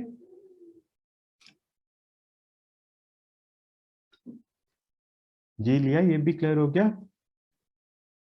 जी सर। अच्छा चलें भाई, अब ना हम, चले मैं प्रेसिजन खत्म कर देता हूँ, बिल्कुल थोड़ा सा ना एक्यूरेसी रह जाएगा। हाँ, मुझे मेरी फिर अगली क्लास का टाइम हो गया। चलिए मैं प्रेसिजन को खत्म करता हूँ, और आप समझ लें कि चैप्टर खत्म हो गया हुआ है। तो अब मुझे ना ये थोड़ा सा ये लगता है कि मैं कहीं पे अगर कुछ चीज़ें स्किप कर जाऊँ तो आपके साथ ज्यादती ना हो जाए, तो मैं इसीलिए उसको ना तफसील से ही बता देता हूँ। तो अब ये है कि question number, sorry question number कह रहा हूँ, जो पॉइंट 4 है वो है कि अगर आपके पास स्मॉल स्प्रेड होता है इन द रीडिंग, तो वो क्या होता है? वो प्रोसाइज इंफॉर्मेशन होती है। तो ये चीज़ है स्मॉल स्प्रेड। मैं भी इसको एक्सप्लेन कर देता हूँ। स्मॉल स्प्रेड, स्प्रेड बेसिकली आप ना रेंज को बोलते हैं। स्प्रेड बेसिकली हम रेंज को कह रहे होते हैं, range. Spread is range. Small spread in the reading is said to be precise. A small range आप कह सकते हैं is said to be precise.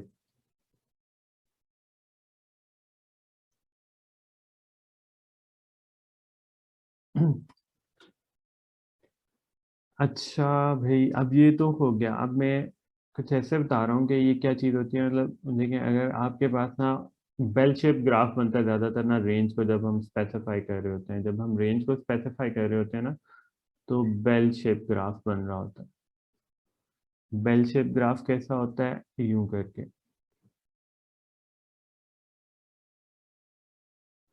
ठीक है। एक बेल शेप ग्राफ कुछ यूं बना, और एक लेट से बेल शेप ग्राफ हम बनाते हैं,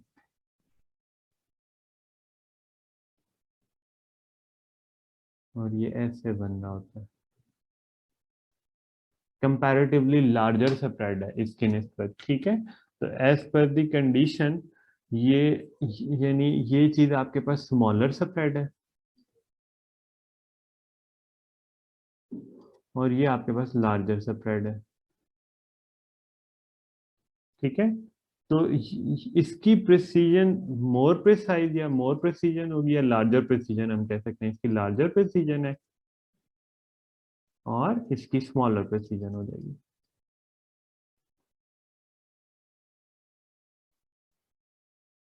ठीक है।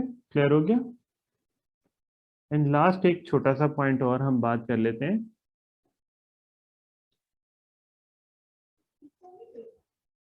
द रीडिंग remain precise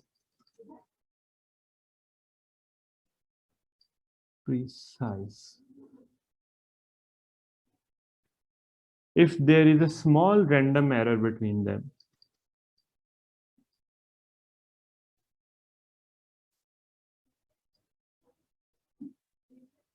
आपने रैंडम एरर के बारे में पढ़ा हुआ है, क्या होता है? Small random error, random error between them. ठीक है, ये हो गई आपकी सारी प्रेसिजन के बारे में सारी की सारी कहानी। या कोई ऐसा पॉइंट जो आपको प्रेसिजन में ना समझ में आया हो? नहीं सर, समझ आ गया सारा। अच्छा, टू गुड। अच्छा, मुझे 1 मिनट है, मुझे स्टूडेंट का मैसेज आ रहा है, तो मैं अगर थोड़ा सा टाइम ले लूँ तो मे बी मैं आपको ये चीज़ें भी करवा दूँ। एक्यूरेसी ही रह गई है।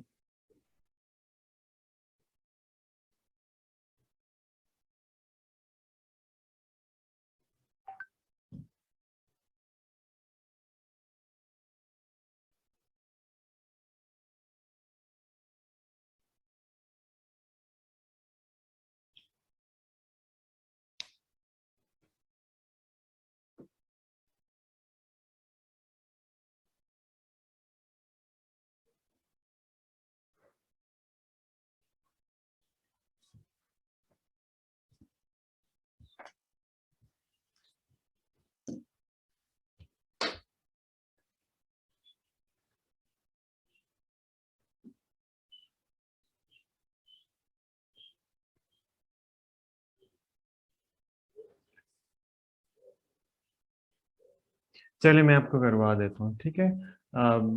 खत्म ही कर देते हैं इस चैप्टर को। तो अब लास्ट पार्ट है जी आपके पास ना, accuracy.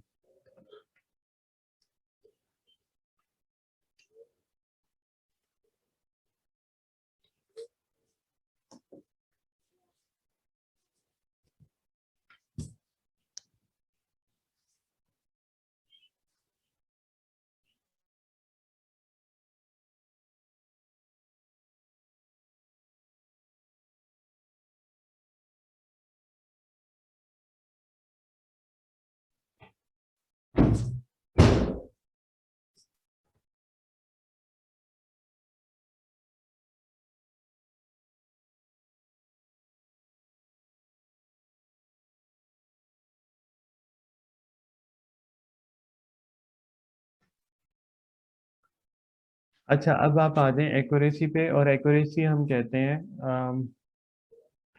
measurement is said to be more accurate if it is close to the actual value.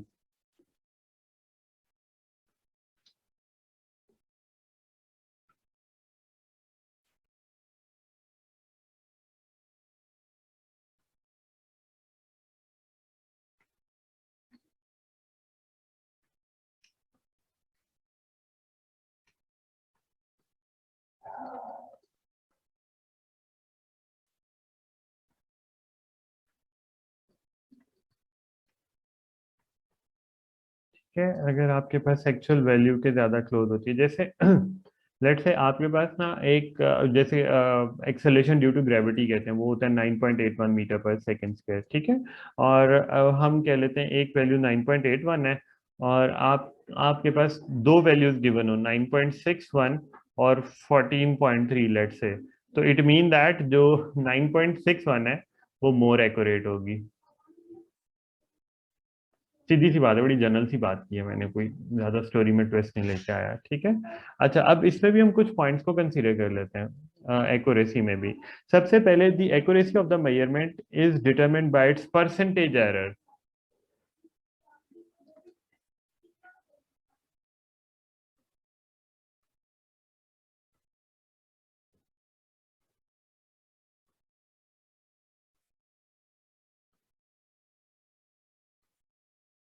ठीक है, परसेंटेज एरर से आप इसको डिटरमिन करते हैं। जितना आपका परसेंटेज एरर कम होगा, द परसेंटेज एरर यानी हम ये कह रहे हैं by its percentage error, that is smaller the percentage error, higher its accuracy associated to it.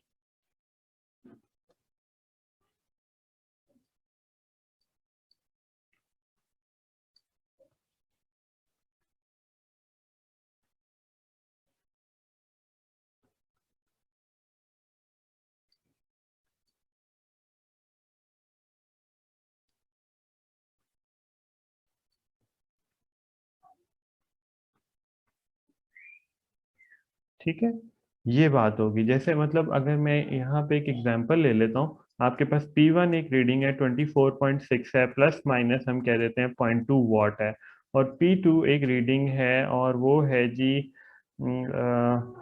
74.4 है, और प्लस माइनस 0.2 वॉट कह देता हूँ, ठीक है। अगर आप बज़ाहिर देखो ना तो इन जो हमने प्रिसीजन के लिए बात की थी कि प्रिसीजन होती है एब्सोल्यूट एरर पर डिपेंड करती है, लेकिन एब्सोल्यूट एरर तो दोनों का सेम है, तो यहाँ पे प्रिसीजन तो सेम है। तो अब हम इसको क्या करते हैं, इसका एब्सोल्यूट एरर, इसका सॉरी परसेंटेज एरर फाइंड करते हैं। जैसे P1 का परसेंटेज एरर अगर आपने फाइंड करना है ना, तो वो हम कर रहे होंगे 0.2 डिवाइडेड बाय आपने किया 24.6 मल्टीप्लाई बाय 100 कर दें, और ये आंसर आता है आपके पास 0.813%। और इसी तरह अगर आपको P2 का परसेंटेज एरर फाइंड करना है तो वो हो रहा होगा 0.2 डिवाइडेड बाय 74.4 मल्टीप्लाई बाय 100, तो ये हो जाता है भाई 0.27%। तो हमें ये समझ में आ रहा है कि जिसका परसेंटेज एरर कम है, जो कि आपके पास P2 का परसेंटेज एरर कम है, तो ये मोर एक्यूरेट होगी। ठीक है लिया, ये बात भी समझ में आ गई, मैं ज्यादा स्पीड में तो नहीं जा रहा। नो सर, आगे सम। अच्छा चलें ठीक है। अच्छा सेकंड पॉइंट हम ये कहते हैं measurement is said to be accurate if there mean value is closer to the actual.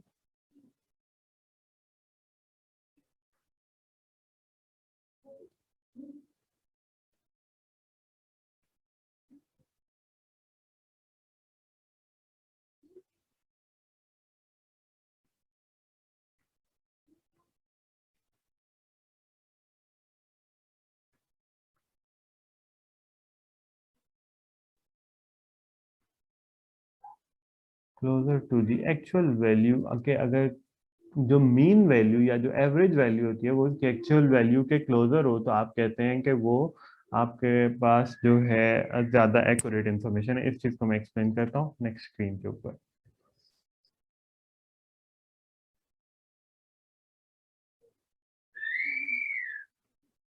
Next screen पे हम ना कुछ ग्राफ्स को बनाते हैं, फिर हम इसको क्लियरली समझ लेते हैं।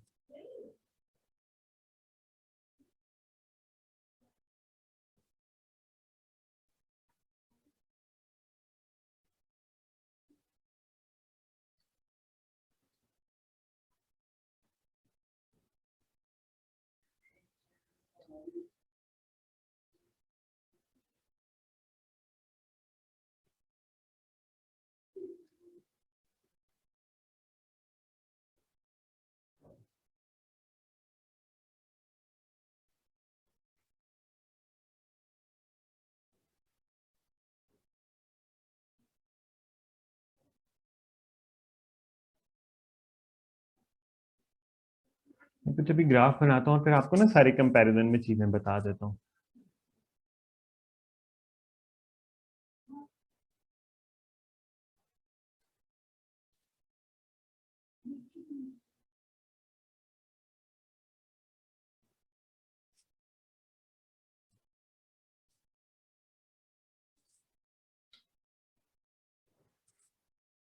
अच्छा यहाँ पे आपके मतलब ये आपके पास कोई एक्स वैल्यू है, लेकिन जो हम मीन वैल्यू को ना एक्स डैश से रिप्रेजेंट कर रहे हैं। एक्स डैश का क्या मतलब होता है? एक्स डैश का मतलब है मीन, ठीक है, मैं पहले ही बता देता हूँ आपको, ये मीन है।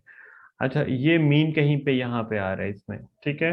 अच्छा जी, अब आपके पास यहाँ पे ये आपके पास कोई भी इसकी एक्स वैल्यू है, और जो इसका मीन है वो कहीं पे यहाँ पे आ रहा है, ये आपके पास मीन आ रहा है, ठीक है। ये जो पिंक लाइन से डॉटेड लाइन से मैं आपको मीन के बारे में बता रहा हूँ। जो ये है इस शेप में हम मीन को एग्जैक्टली सेंटर में ले रहे हैं, ये चीज एक्चुअली मीन ही है, ठीक है। इस शेप में भी हम मीन को एग्जैक्टली सेंटर में ले लेते हैं, और अब फिगर आउट करते हैं कि ये सारी शेप प्रिसीजन और एक्यूरेसी के अकॉर्डिंगली कैसी हैं। देखो ये आपके पास जैसे जो हमने कहा था, जिसका स्प्रेड कम होता है तो प्रिसाइज होती है, ठीक है। ये प्रिसाइज है, ये वाली जो आपके पास शेप प्रिसाइज है, लेकिन इसकी मीन वैल्यू एक्चुअल वैल्यू से दूर है, तो प्रिसाइज बट नॉट एक्यूरेट है। ये वाली basically precise but not accurate,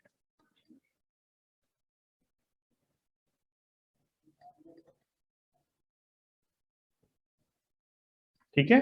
इस वाली को आप देखें, सेकंड वाली जो हमने यहाँ पे बनाई है, ये ना ही प्रिसाइज है क्योंकि इसका स्प्रेड भी बहुत ज्यादा है और मीन से भी दूर है, तो नीदर प्रिसाइज नॉट एक्यूरेट।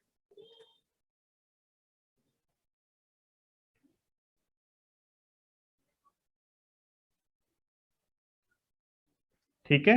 और ये वाली अगर आप देखें, ये एक्यूरेट तो है क्योंकि इसका स्प्रेड ज्यादा है, लेकिन ये प्रिसाइज नहीं है।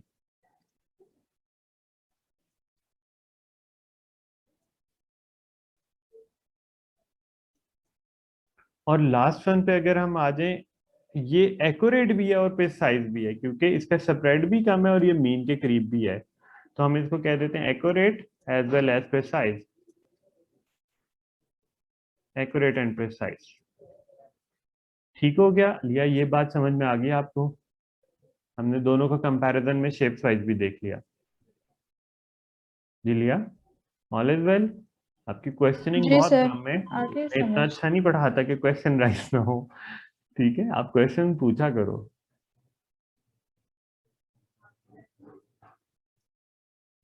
अच्छा, अब लास्ट बात इसमें यह है कि सिस्टमेटिक एरर जो आपको पता है कि क्या होता है इन मेजरमेंट, जो होता है या इन रीडिंग, लूजेस द एक्यूरेसी।